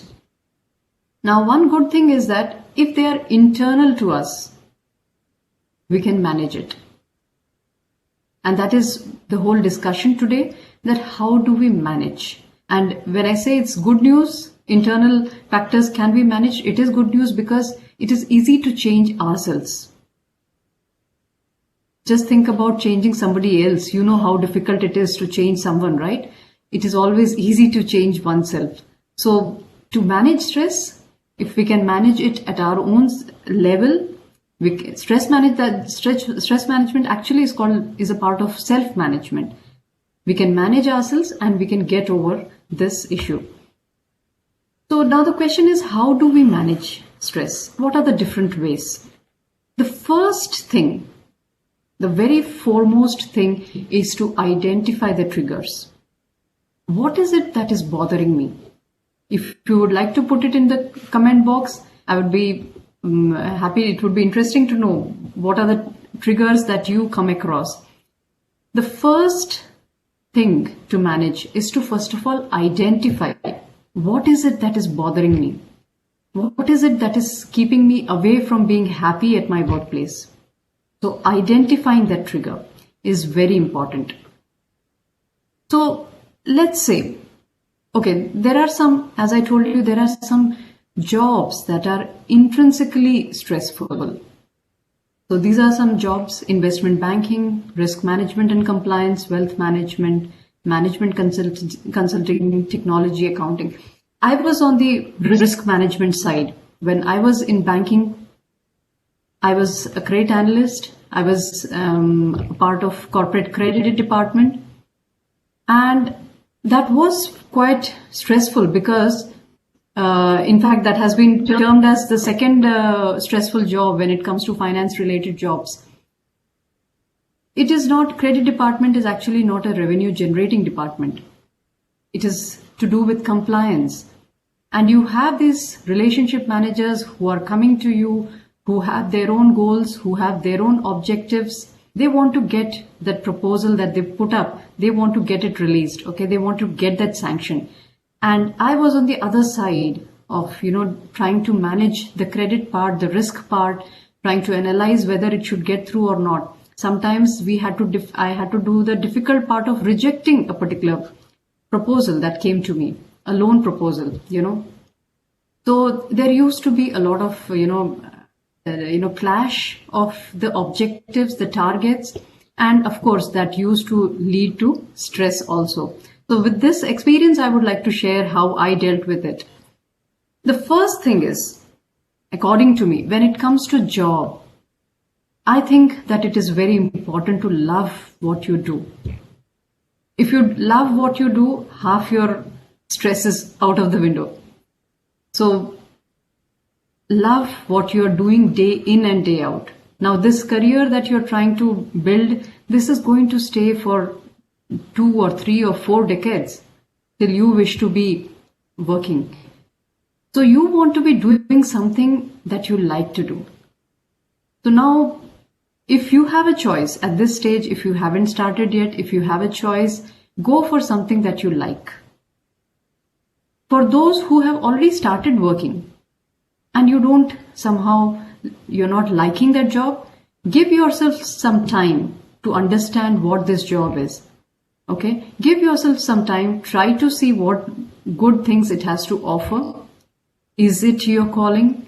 If you feel that no, this is not what I like, then please look out.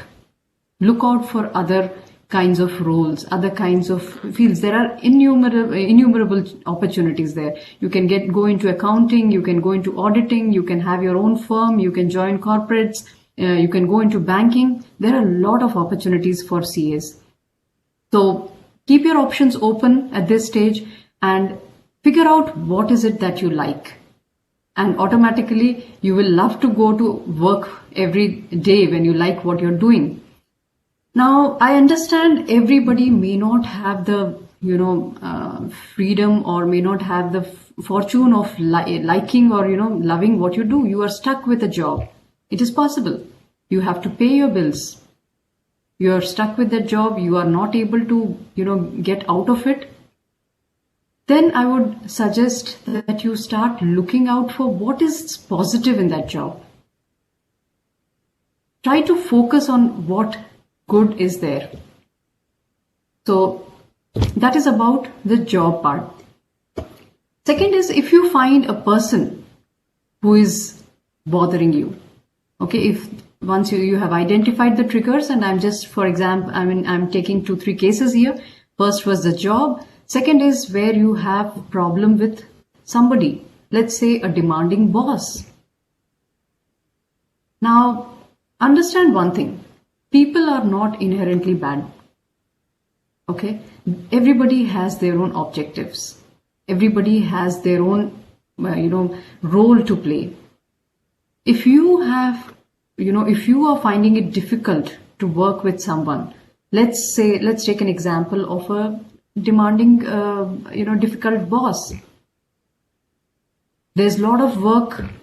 There are deadlines. You have been flooded with work. To this, I would say that if there is a job that you cannot complete by that particular deadline, please communicate. Communication is the key. Do not wait for the last moment till you don't complete. Be upfront. Be assertive. Tell them what your expectations are or what your limitations are. And set your boundaries. If the boss is expecting you to stay late unreasonably, not just one day but on daily basis, and you have some responsibilities elsewhere outside your workplace, then again the solution is to communicate. Things become easy when you communicate. Don't just take it. Be assertive. And before you communicate, be well prepared when you go and talk with concrete data.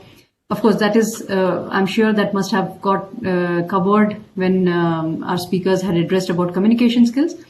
So this was about if your trigger point is some person, I think at workplace, communication should be kept very clear and very reasonable. Next is about a task. Let's say there is a task that is bothering you. There is some, not the whole job that you're working at, but it is probably a particular project. Let's say you have been put in a project, you're new to it, and you don't know how to handle it.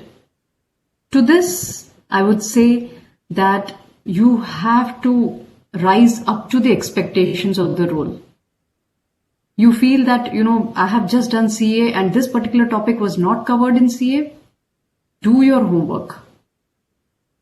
If that role demands a particular level of expertise, then do it. Prepare yourself well. Because that is where you are getting stressed out, because you are not prepared. You are not living up to the expectations of the role. Apart from preparing for a particular task, it is equally important to keep yourself up to date. Now, when you keep yourself up to date, you also get this freedom of shifting between roles. You don't like this role, you can shift to other roles in future. But for that, it is required that you keep yourself up to date. So in my case, I completed CA in 2000. And then after 16, 17 years, I realized that, now I need to do something else to keep myself up to date. And that is what led me to doing the US Certified Public Accountancy course. The next thing, to handle the stress at work, sometimes we have not planned our day properly, we have not kept our things organized, and that also builds up stress. So it's very important to organize, to plan. Plan your day well in advance. Plan your week, I would say. Break it down into manageable chunks. Organize your workspace. Keep it clean. Keep it out of, decluttered. Have your to-do list. Morning when you come, you should know what you are planning to do during the day. Don't let somebody else decide what has to be done. You are the person who will decide. Have that to-do list. Now to this, I have, there's a work prioritization matrix given by Stephen Covey. This matrix, if you see, the jobs are divided into 4 categories. They are divided based on urgency and based on importance. Now, there are some jobs that are urgent as well as important. So that's the first category. That's firefighting. That means it's urgent as well as important. You can't afford to miss it. It has to be done just then. Just now. You can't postpone it at all. Second is, it's important but not urgent. For example, exercise, or at work, let's say training ourselves. It is important. In the long run, it is important, but it is not urgent. Third category is, it's urgent but not important. These are distractors. You need to somehow get over it. You need to attend it because it's urgent, but then it's not important at all. And the last one is neither urgent nor important. Do not spend time on that. To be effective, you need to be concentrating on the first and second category. And most of the time, I've seen many people focusing on the first category only. And somehow the second category, which is not urgent but important, that second category always takes a back seat because it's never urgent, but then it is very important for your growth. So this work prioritization matrix will help you to determine what is important and what is not important. And this will help you to organize your to-do list. Now, one more important factor when it comes to managing your day, managing your work, it is to manage your time well. Time management. So to this, I would say that it is good to reach office on time and leave office on time. Still better would be to reach before time. I have seen many, people who are very good at their work, very effective people. They are the ones who always reach work before time. Because that is the time when you don't have any distractors around. You can concentrate, you can plan your day well ahead. So manage your time. Respect the deadlines. If your boss wants you to complete something at a particular time, on a particular day, respect it. Try your best to not get late on that. If possible, delegate your work. That also helps you to be on time. Certain things that you think that somebody else can do it, so don't compromise on deadlines. Delegate your job or take the help of somebody if possible. One very important thing, I think this is very, very important when it comes to managing stress at work. That is building good relations with co-workers. Now you would think, why is this important at all? Now, we are not machines. We are all social beings. We want to be loved. We want to love others. We want to be friendly. We want to be happy. We are spending 1/3 of our lives at work. Just imagine going into your office place and everybody, busily looking into their PCs with a grumpy face early in the morning. Everybody is lost in their work. As compared to another place where, the moment you step into the office, everybody is waving hands at you and saying, hey, hi, how are you? Happy to have you here. That is the kind of good morning greeting that you get. So which is the place that you would like to go?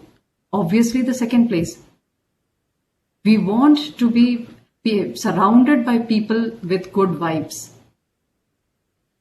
And for that, it has to start from us.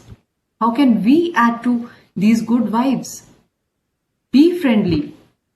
Be enthusiastic. Be naturally, genuinely interested in others. When I say genuinely interested, if you're trying to help somebody, really feel for that person. Help them. Appreciate others for their jobs wherever it is due. And make that extra effort, go that extra mile to build those good relations with co-workers. It helps a lot. Believe me, it helps a lot. You want to be surrounded by good people. You want to be surrounded by positive, happy faces around so that you can also enjoy working. We are not machines. We are not going to workplace just to work. We are meeting people. We want to be happy. We want to make others also happy. So carry that positivity along with you.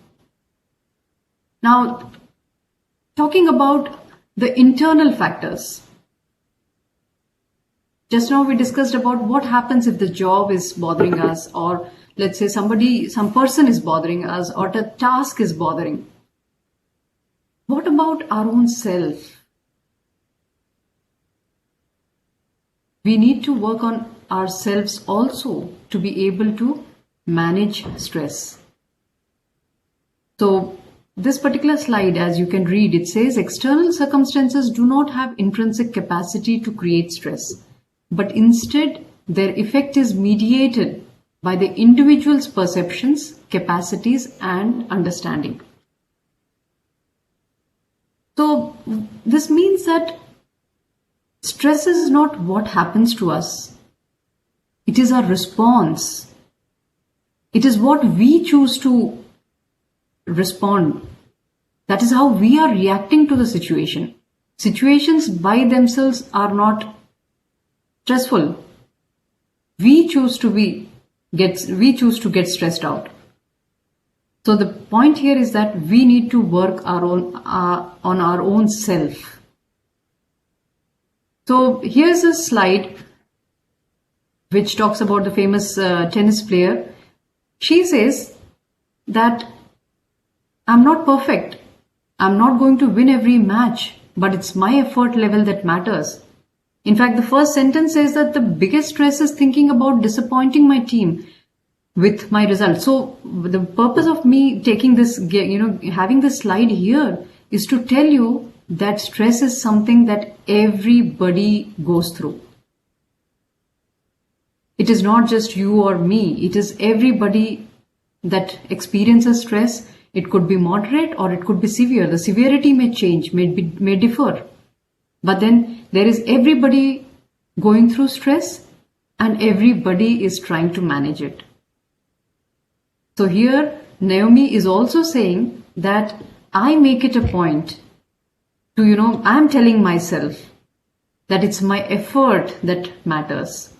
So we need to manage our own self. We need to manage our own response system. So the first step to our own self, managing our own self, is to identify our tolerance level.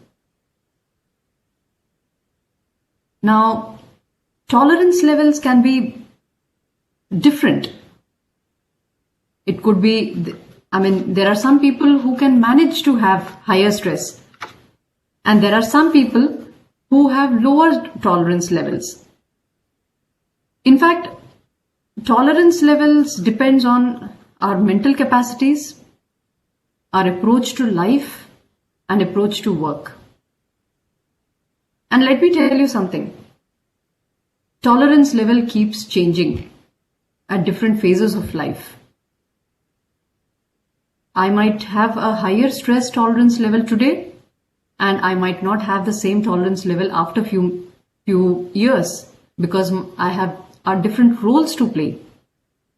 So here I would like to give you my example. So I was in banking, as I told you. I was in risk management, and which was quite stressful. But I did it for a few years. I enjoyed it. But once I had my child, my son, I put him into a daycare initially, and I started working again.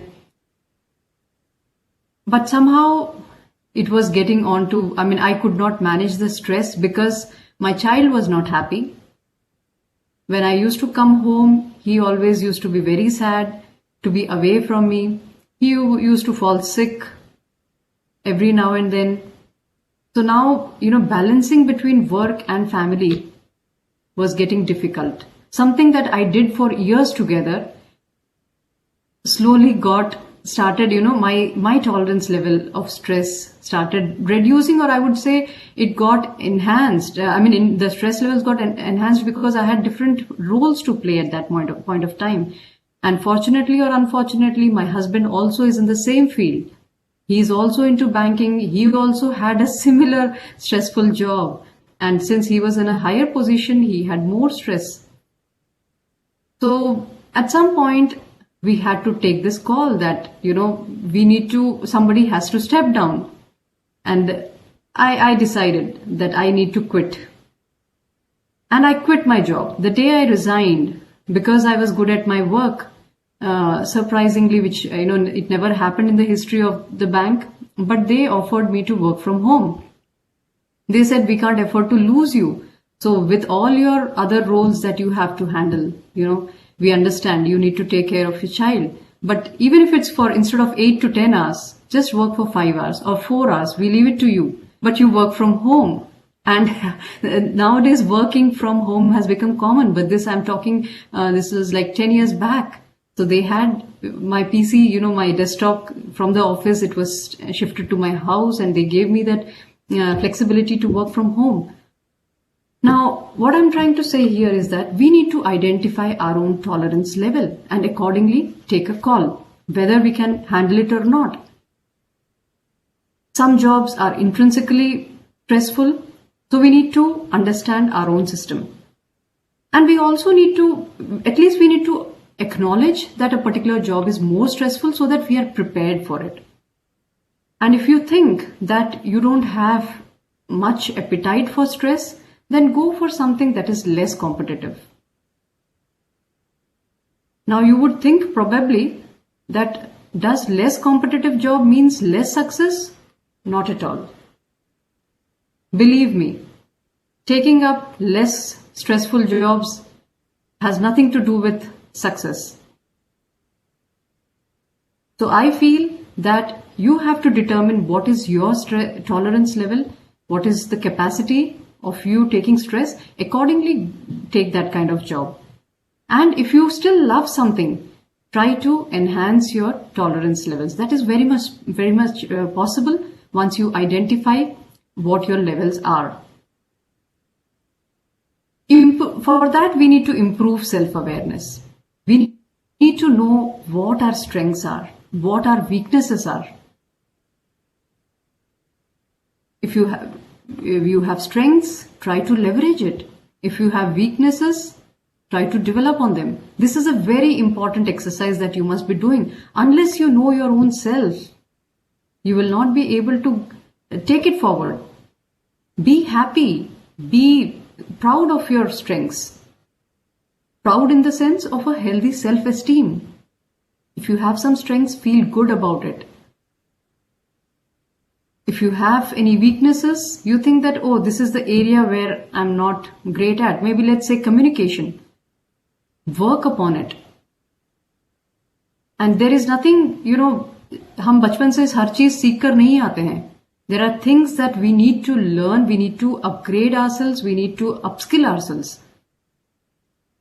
चीजें सीखी जा सकती हैं. So negotiation skills, if you think that is your weak area, work upon it. And you will automatically develop that confidence. So self-awareness helps. A quote by Swami Vivekananda, which is very dear to me: do not lower your goals to the level of your abilities. Instead, raise your abilities to the height of your goals. So we don't need to lower our goals. All those goals that you guys had shared with me, you please continue to have those goals for your life. But we need to know what our strengths and weaknesses are. We need to be aware of where we stand. That exercise needs to be done, and we need to work upon our shortcomings to go further. Practice self-care. Very important these days. Self-talk. The first thing I feel it's on the top of the chart when it comes to self-care. Self-talk is, what is it that you're telling your own self? Be positive. Be self-compassionate. There are already so many harsh people out there, outside. You don't need to be harsh to your own self. Love yourself. Talk positive. Do whatever it takes to keep yourself happy. Somebody said they listen to music. That's a wonderful thing. Reading books, listening to music, smile, laugh, meet positive people. And especially these days, these days of COVID, times are so difficult. We really need to take care of how we feel. Already we have stress at work. We also have stress outside. Please choose what news you want to feed to your mind. Surround yourself with positive people. Surround yourself with positive news. Try to keep the negativity away. Spend time with your loved ones. Spend time with your family. Invest in relationships. Take care of your physical health. Very, very, very important. Not only during this COVID era, but even going forward. Because if health is there, you can definitely reach your goals. We don't want health to come in between, ill health to come in between our goals. So take care of your physical health. Whatever you like, you do gym, you do yoga, whatever you feel like, but take care of your physical health. Finally, find an anchor. This is also very, very important. This helps us in shifting our focus. If we are only working, there's this saying, all work and no play makes, Jill or something.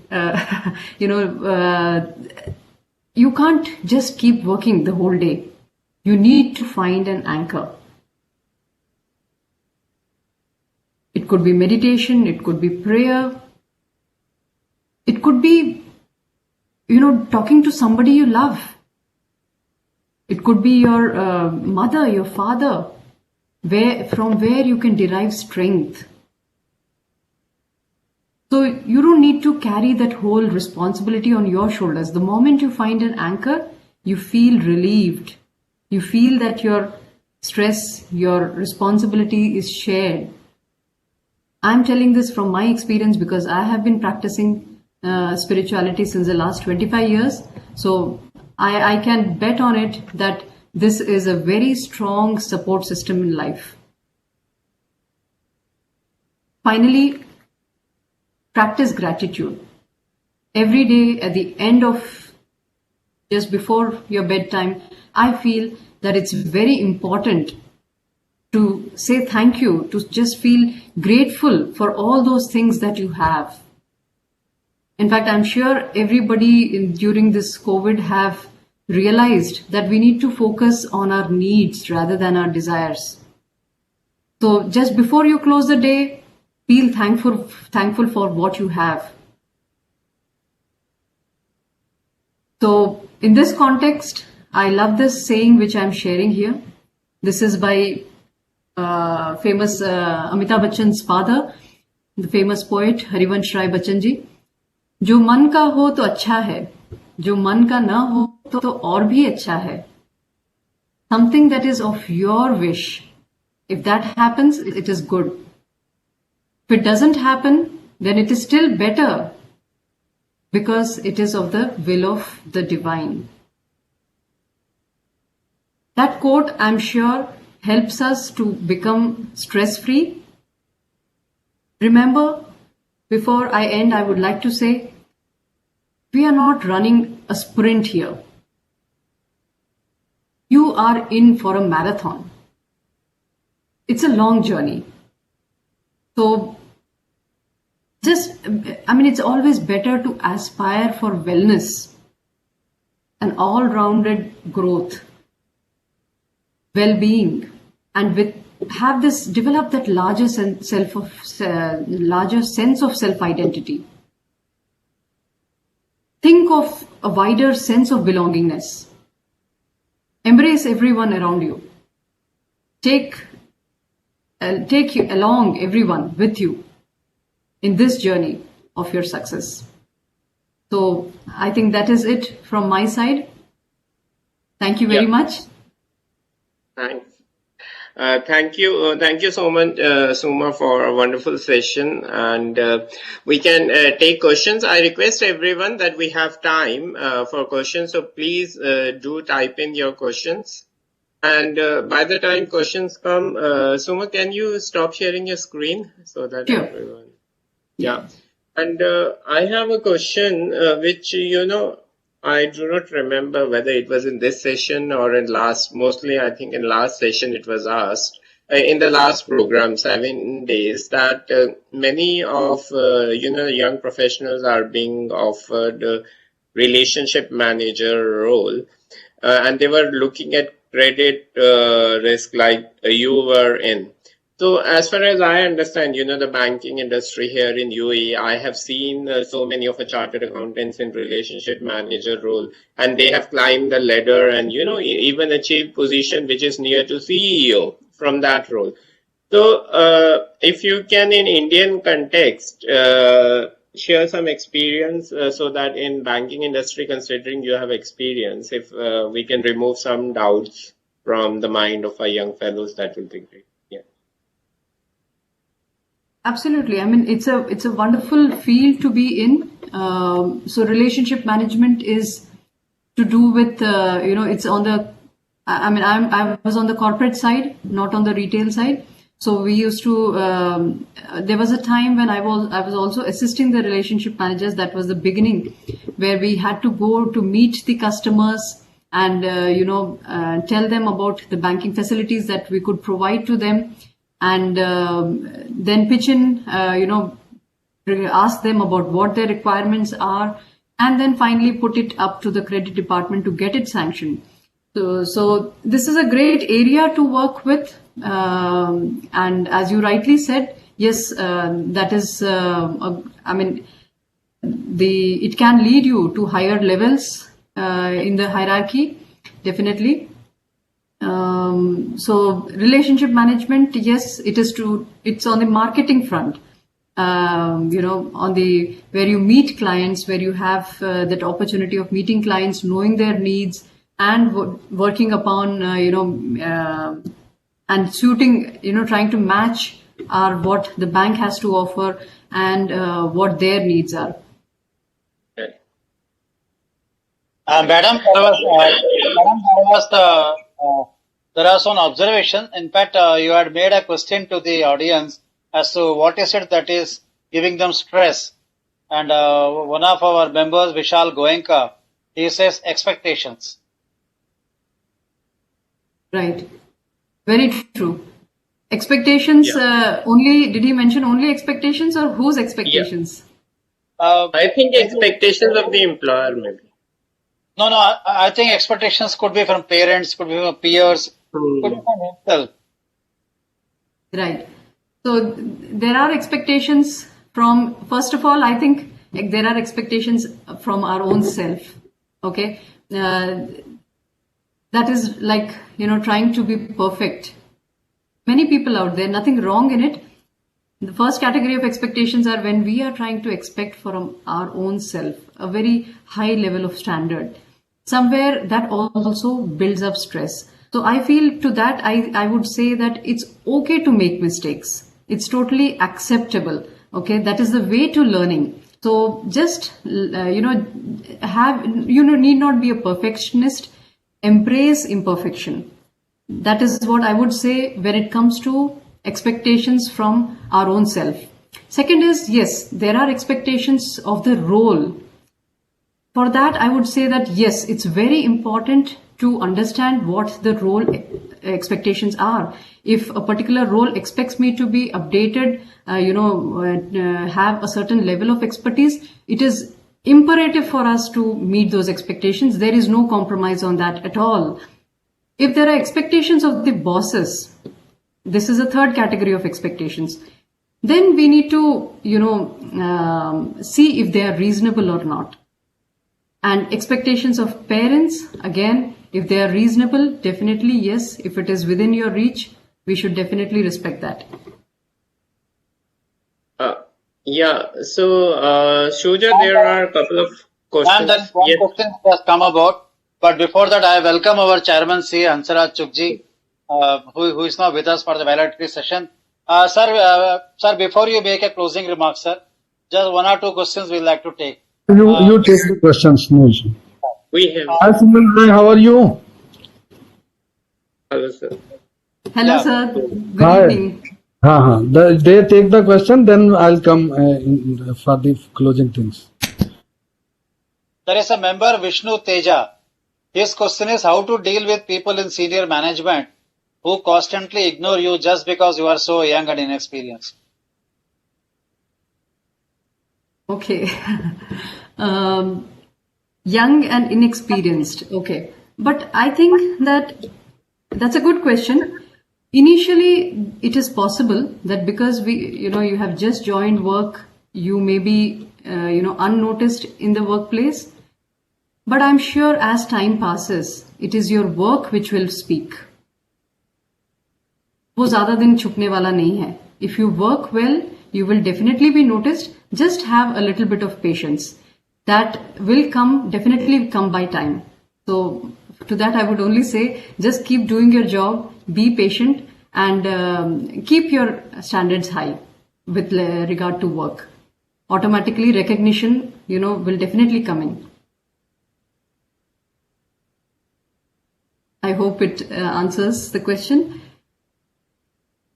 Yeah, there is one suggestion from one of the members, which I will place before our chairman for consideration. He is suggesting that there could be a seminar for young members who are UPSC aspirants. Perhaps he's talking about civil service aspirations. So maybe, sir, we can hold a program for such people who want to enter into civil service. Yes. So thank you so much, Suma, for the wonderful session, and I feel that it's extremely important that we manage the stress in these tough times, where everyone is finding it difficult.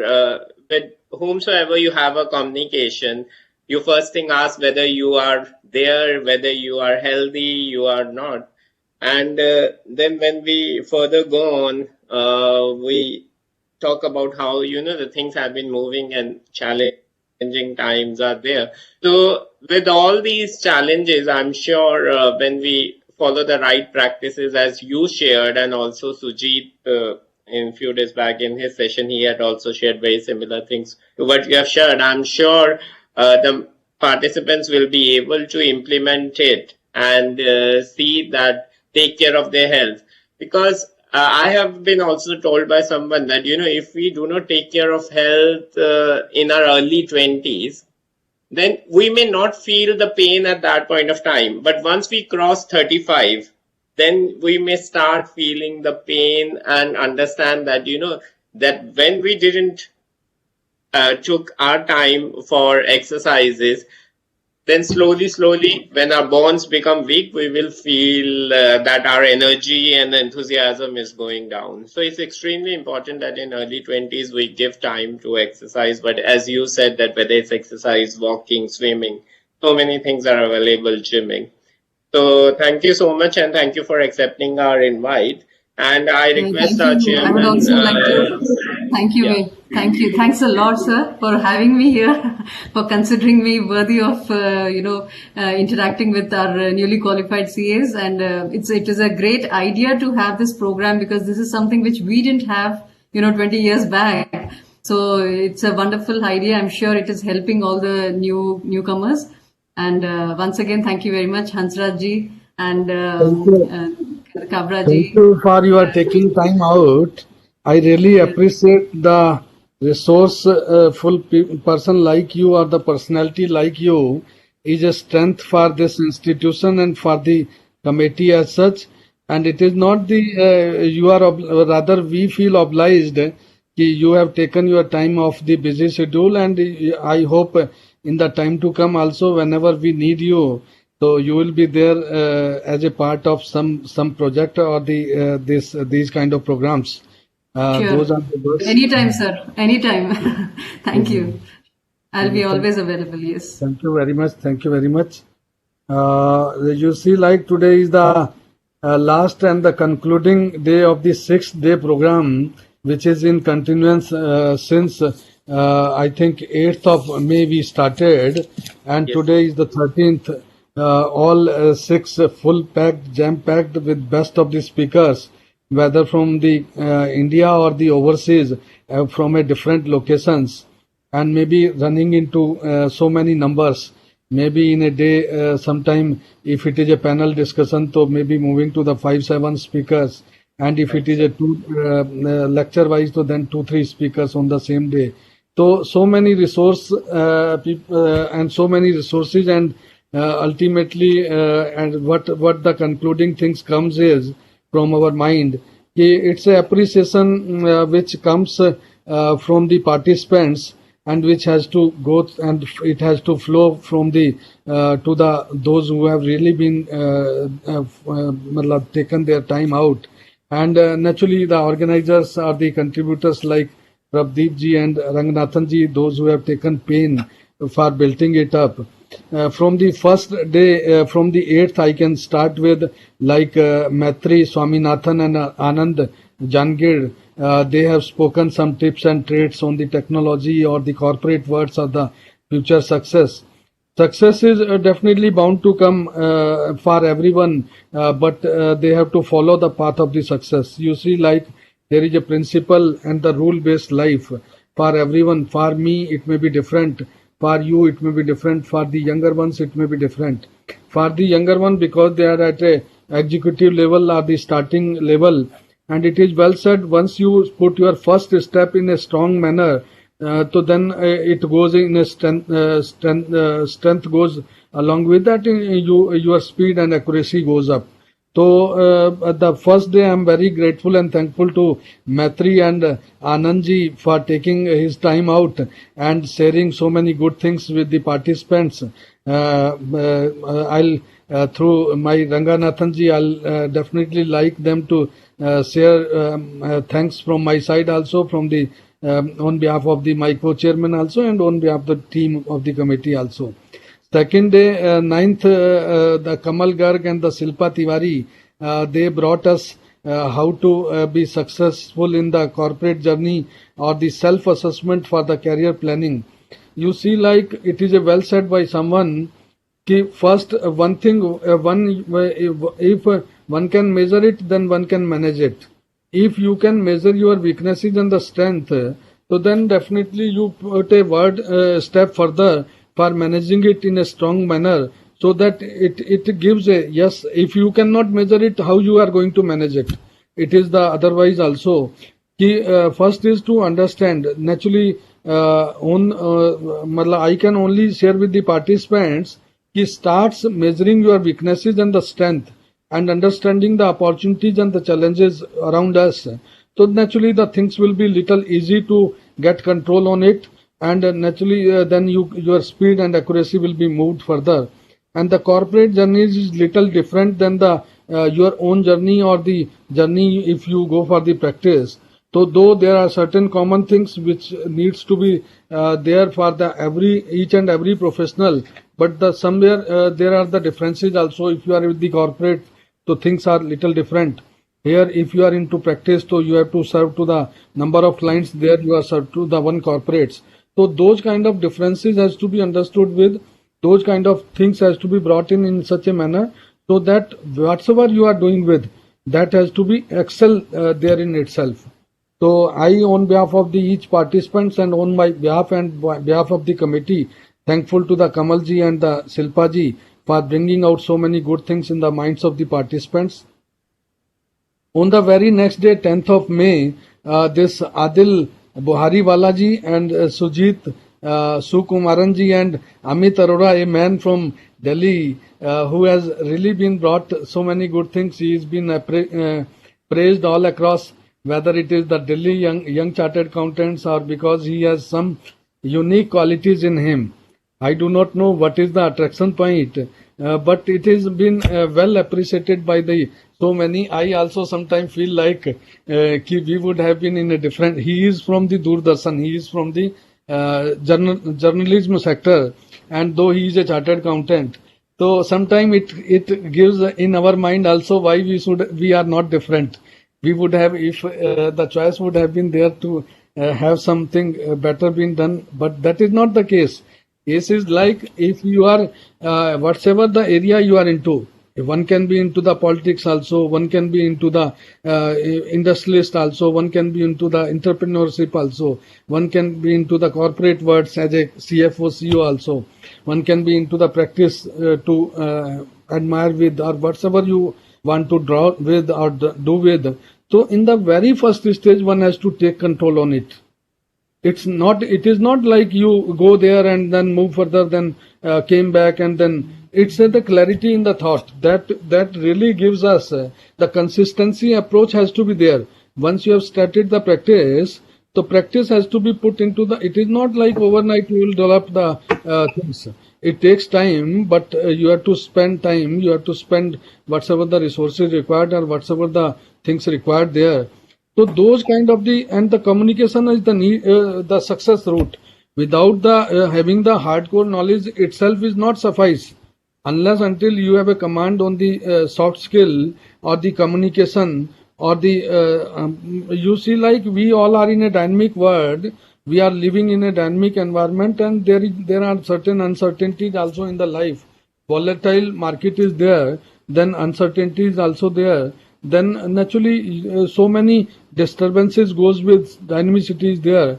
So then you have to have the control on the things. If you want to have that kind of capability and the caliber, so naturally nothing will stop you to move to the top positions. So those understanding is being given by these professionals to the participants. I, on my behalf and on behalf of the team at the committee, I'm very thankful to them.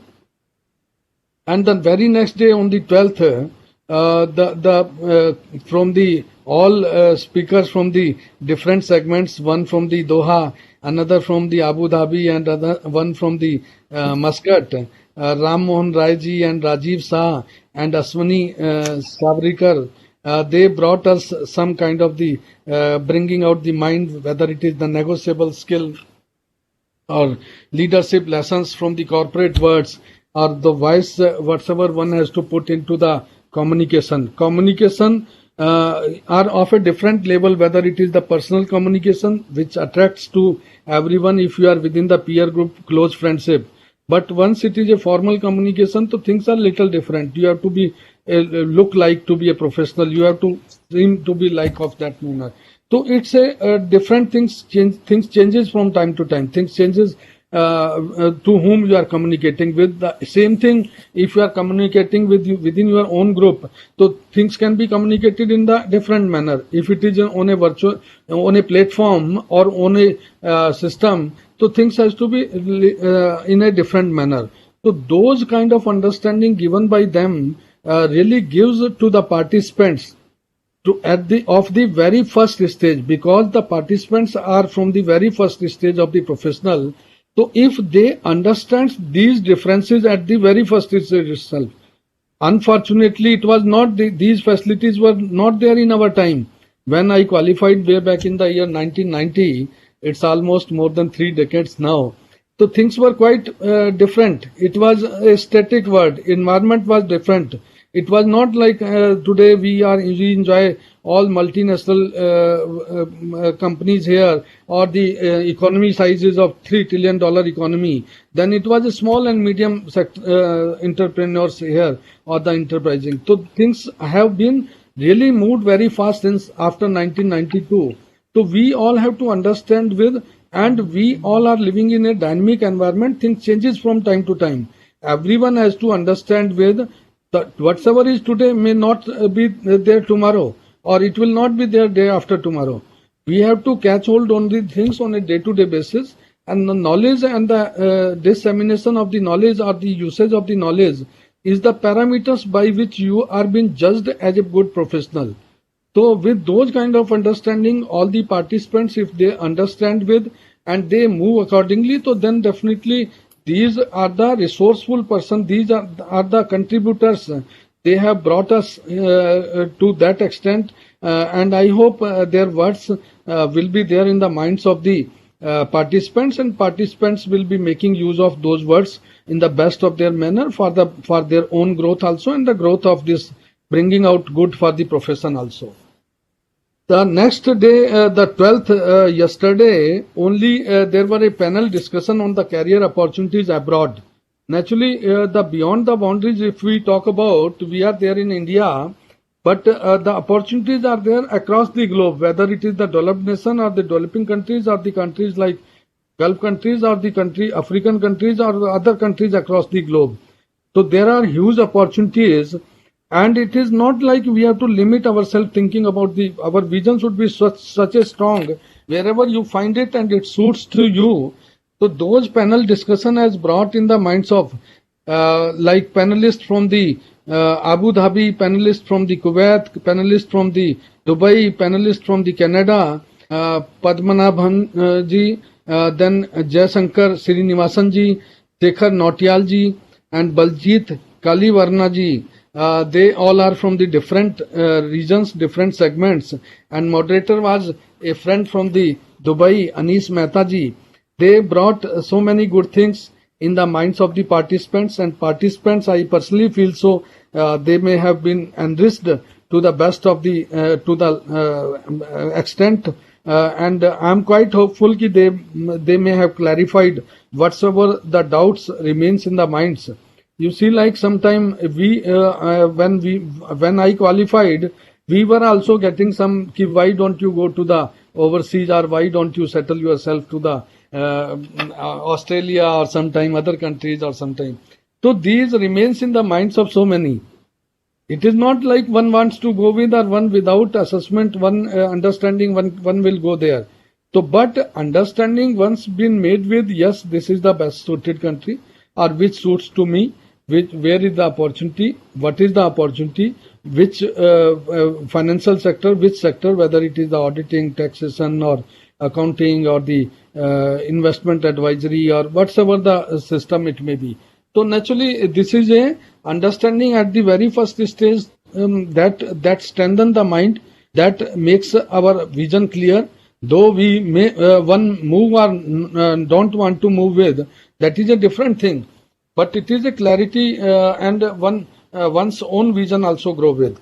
And then definitely career in the subject related, whether it is audit or taxation, technology, transaction advisory, or other sectors, which has been deliberated upon. Gopal Balasubramanian ji from Doha, technology Jayaprakash Agrawal ji from Dubai, taxation and compliance CA Rajiv Hira from Dubai, transaction advisory Sujit Gurtar ji from Doha. So they have really brought so many good things. It is not like jurisdictional difference.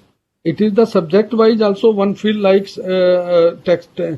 suppose one feels like tax is better for him, so he has to understand where the opportunity lies. If one feels like transaction advisory is better, so one feels like where the benefits goes with. So these I am very grateful and thankful to all the panelists of both the session yesterday. And today also I am very grateful and thankful to Suma Rajesh, to you also. You have brought so many good things, managing work stress and living a healthy life. Naturally, if one can understand with how to live with a healthy life. Today also we were having a program which very much relating with it only, how to live the life. Life has some parameters. It is always been spoken about, strength is a life. The strength of your physical strength, strength of your body, strength of your mind, strength of your intellectual strength, of your spiritual strength also. These things matters in the life. But the balancing of the professional life, or how to live with under the situation once you are under some kind of stress at the workplace also. So those are the parameters which really make at the very first stage itself, if you can understand with how you have to manage your time, how you have to manage your life. So those are the really make them more stronger, or the optimum level can only be achieved once you start with a strong brain, strong lifestyle, strong working system, strong intellect, strong physical strength. So then you are optimally being taking care of it. And another speaker of the day, Preeti Singhal, I know her personally. She is from Delhi only, and she speaks very good on the corporate etiquettes and the corporate journey and all those things. I personally feel so. She may have delivered the best, because I know her from Delhi and have shared some of the words with her. So she is always been a good professional in the professional etiquettes, the corporate etiquettes, and I on my own behalf and on behalf of the team at the committee, both of you, I'm very grateful and thankful to both of you for taking your time out. And at in the end, naturally, the contributor, which is my friend from the Dubai, Prabdeep Singh Baveja ji, who is the coordinator for the whole of the program. Naturally, he put so many efforts, going a mile extra in identification and of the faculties also, and coordination with them, coordination with the office at the our committee, Rangnathan ji and his team, naturally they are the biggest resource or the contributor for the bringing out something good to be brought in. Today you will be surprised to know today we were having a big program which was been really been though it was a very difficult to engage with those kind of programs where Swami Ramdev ji, Swami Govind Dev Giri ji and Sister Sivani, they all three were there, best of the speakers on the building of the, you see like today whatever the adversity or the challenging times are there, with those kind of understanding, standing mind and the you see like the body, how difficult it may be for whether it is the younger ones, for the senior ones and for the person like us also. So those kind of clarity thought which if it comes from these peoples, so that motivates, that encourages you. And naturally the life is with the not only ki it's always go in one direction. Sometime you have to relax. Earlier what used to be, you are always on a running mode, but you have to relax, then rejuvenate and re-energize yourself, and then starts with your speed and accuracy. I'm very grateful and thankful to each participants for making this a grand success, because without participants any program cannot succeed with. I'm very personally and on behalf of my co-chairman Durgesh Kabra ji, thankful to the each and every participants also for being there with complete enthu and bringing and joining the program in a large number, with a great number. Thank you all. Thank you very much. Thank you. Ranganathan ji, any feedback or anything you want to share? Or Prabdeep bhai? Yes. Prabdeep ji? Yeah, Ranganathan ji, you can share first, then Yeah, there is a very positive feedback from all our participants on all 6 days. They are actually very, very elated. In fact, most of our speakers like today, they mentioned that such kind of help and assistance they never had. In fact, I remember, sir, when I joined the institute, the students used to sit in our corridors, in our staircases, they used to study there, and there was no such hand-holding given. But these students today are very fortunate that our leadership is taking so much efforts to actually make them very well equipped, and I'm sure, sir, these kinds of programs will help them stand in good stead in their career. And that is what the feedback from them also says. So, thank you, sir. Thank you. Yeah, thank you. Thank you so much, Chok sir, for the opportunity. And this was doing this program in a very short time. 6 days program just after the first 7 days was an extremely important opportunity, and it really brought out so many good things for our participants and also for our senior professionals who have also taken out time and had watched this. So 21 speakers we had for the entire program, and 6 days. So all the sincere gratitude to 21 speakers from different parts of the world. We moved ahead to far as North America, and managing time in North America was difficult because it's very early morning at that point of time, but the speakers took out time and came. And yesterday we had extended it by half an hour, but today we are closing it on time. So we managed the entire program in a very time efficient manner, which is available for all the participants for view here on the link and also on YouTube. So please take out time and do watch it again. And that's it from my side. And thank you so much, Chok sir, again for this opportunity. And thanks to all the speakers.